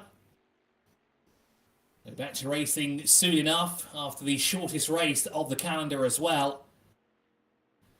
Here, as we just wait to get a quick word in from all of our top finishers in their respective categories. As I said, John Iwan will be the most interesting to talk to as well because of that finish. Alessio Neto appears to be still out on track, so either he wasn't on his cool-down lap before or he's taken an additional cool-down lap. We're just trying to soak in that he's won here at Road America. There is Jamie Zaleczki, winner in GTM. And again, a fantastic drive as well from Jamie Zaleczki. And I see that John Iwan is currently in the waiting room. So let's see if we can bring in the overall race winner in Hypercar and get his afterthoughts of a very exciting race here at Road America. John, I want to know exactly what went through your mind when you saw Norm Graff go through into the pit lane. When he took that right-hand turn, I could imagine the smile in your face might have got just a little bit bigger there. Yeah, that for sure. I couldn't believe it. I was hoping for it because I've seen him going off several times. So I didn't know how much he accumulated those track cut points. But yeah, that was a surprise right at the last lap. He definitely had a good race, good car, good setup, and good race today. He actually deserved it. It's unfortunate. A very modest winner you are, John, but I've got to give you credit. You started 26th. You started on the 13th row of the grid out of 15 rows. You carved your way perfectly through the field. I guess you knew exactly what's on stake. You knew you wanted to score maximum points without Dan Kirby being here. That was a fantastic drive. Thank you. I appreciate it. I definitely had a good setup, even though I had to save a lot of fuel. But yeah, from Thursday's race, I had a good setup. So yeah, I didn't know what to do, but it was unfortunate also. I had a no quality penalty. That's why I started from the back. But yeah, I can't ask anything more. Really nice race for me. Well, that was a fantastic drive, John, and we hope to see more finishes like that again for you in the near future. And let's bring in the winner in GTM. Jamie Zaleczki is waiting in the room here. Get his thoughts as well for another fantastic drive as well in GTM. Almost upset the party, did he, Jamie Zaleczki, in GT once again, like he did a couple of weeks ago. But a relatively easy race. I mean, I'll put easy in quotation marks because no race win is really easy, Jamie, at all. But it seemed quite comfortable for you out there in GTM. Hey guys, yeah, good to be back up here with you. It was a bit of a Sunday drive, and also very much so not, because the fuel number was pretty much dead on. I had to run a lot of the whole race in safety car fuel strat to make sure that I could make it on one stop and get to the end and not have a repeat of Watkins Glen where I have to do a splash and dash. Well, it was a magnificent drive again from yourself. Again, GTM quite fiercely contested, especially in GT as well. Unfortunately, you just didn't quite make it there to the podium, but I think if you had a few more laps, you probably could have got there. I think if we had a couple more laps, I was going to be out of gas coming to the line. As it was, I finished the race with about 3 liters left, so it was a really hard fuel save to make sure I made it to the end. And George and I think it was James were up in front of me, and I was just trying to keep it right around 4 seconds. That way, just in case anything happened to them, I could flip it into a qualifying strat and try to steal a place or two there at the end, but it wasn't meant to be. That's okay. Still got the W in GTM. Well, thank you so much, Jamie, for joining us here, and thanks for sharing your last thoughts there with us as well. And congratulations again on the win. I'm not sure if we have any other drivers who are ready to join us here in the broadcast booth. So I think we might wrap it up here a bit early here in the Virtual World Sports Car Championship. I'd like to extend my thanks to Jake Sanson, who joined me earlier on today. Unfortunately, he had to go. His voice decided that it didn't want to work anymore. He's got a nice and early start tomorrow. And a huge shout out to everyone behind the scenes. And of course, all the drivers. You did a fantastic job, as always. And we look forward to seeing you again for the next race here in the Virtual World Sports Car Championship. But for myself, Christopher Milbourne, thank you so much for joining us. And we'll see you next time.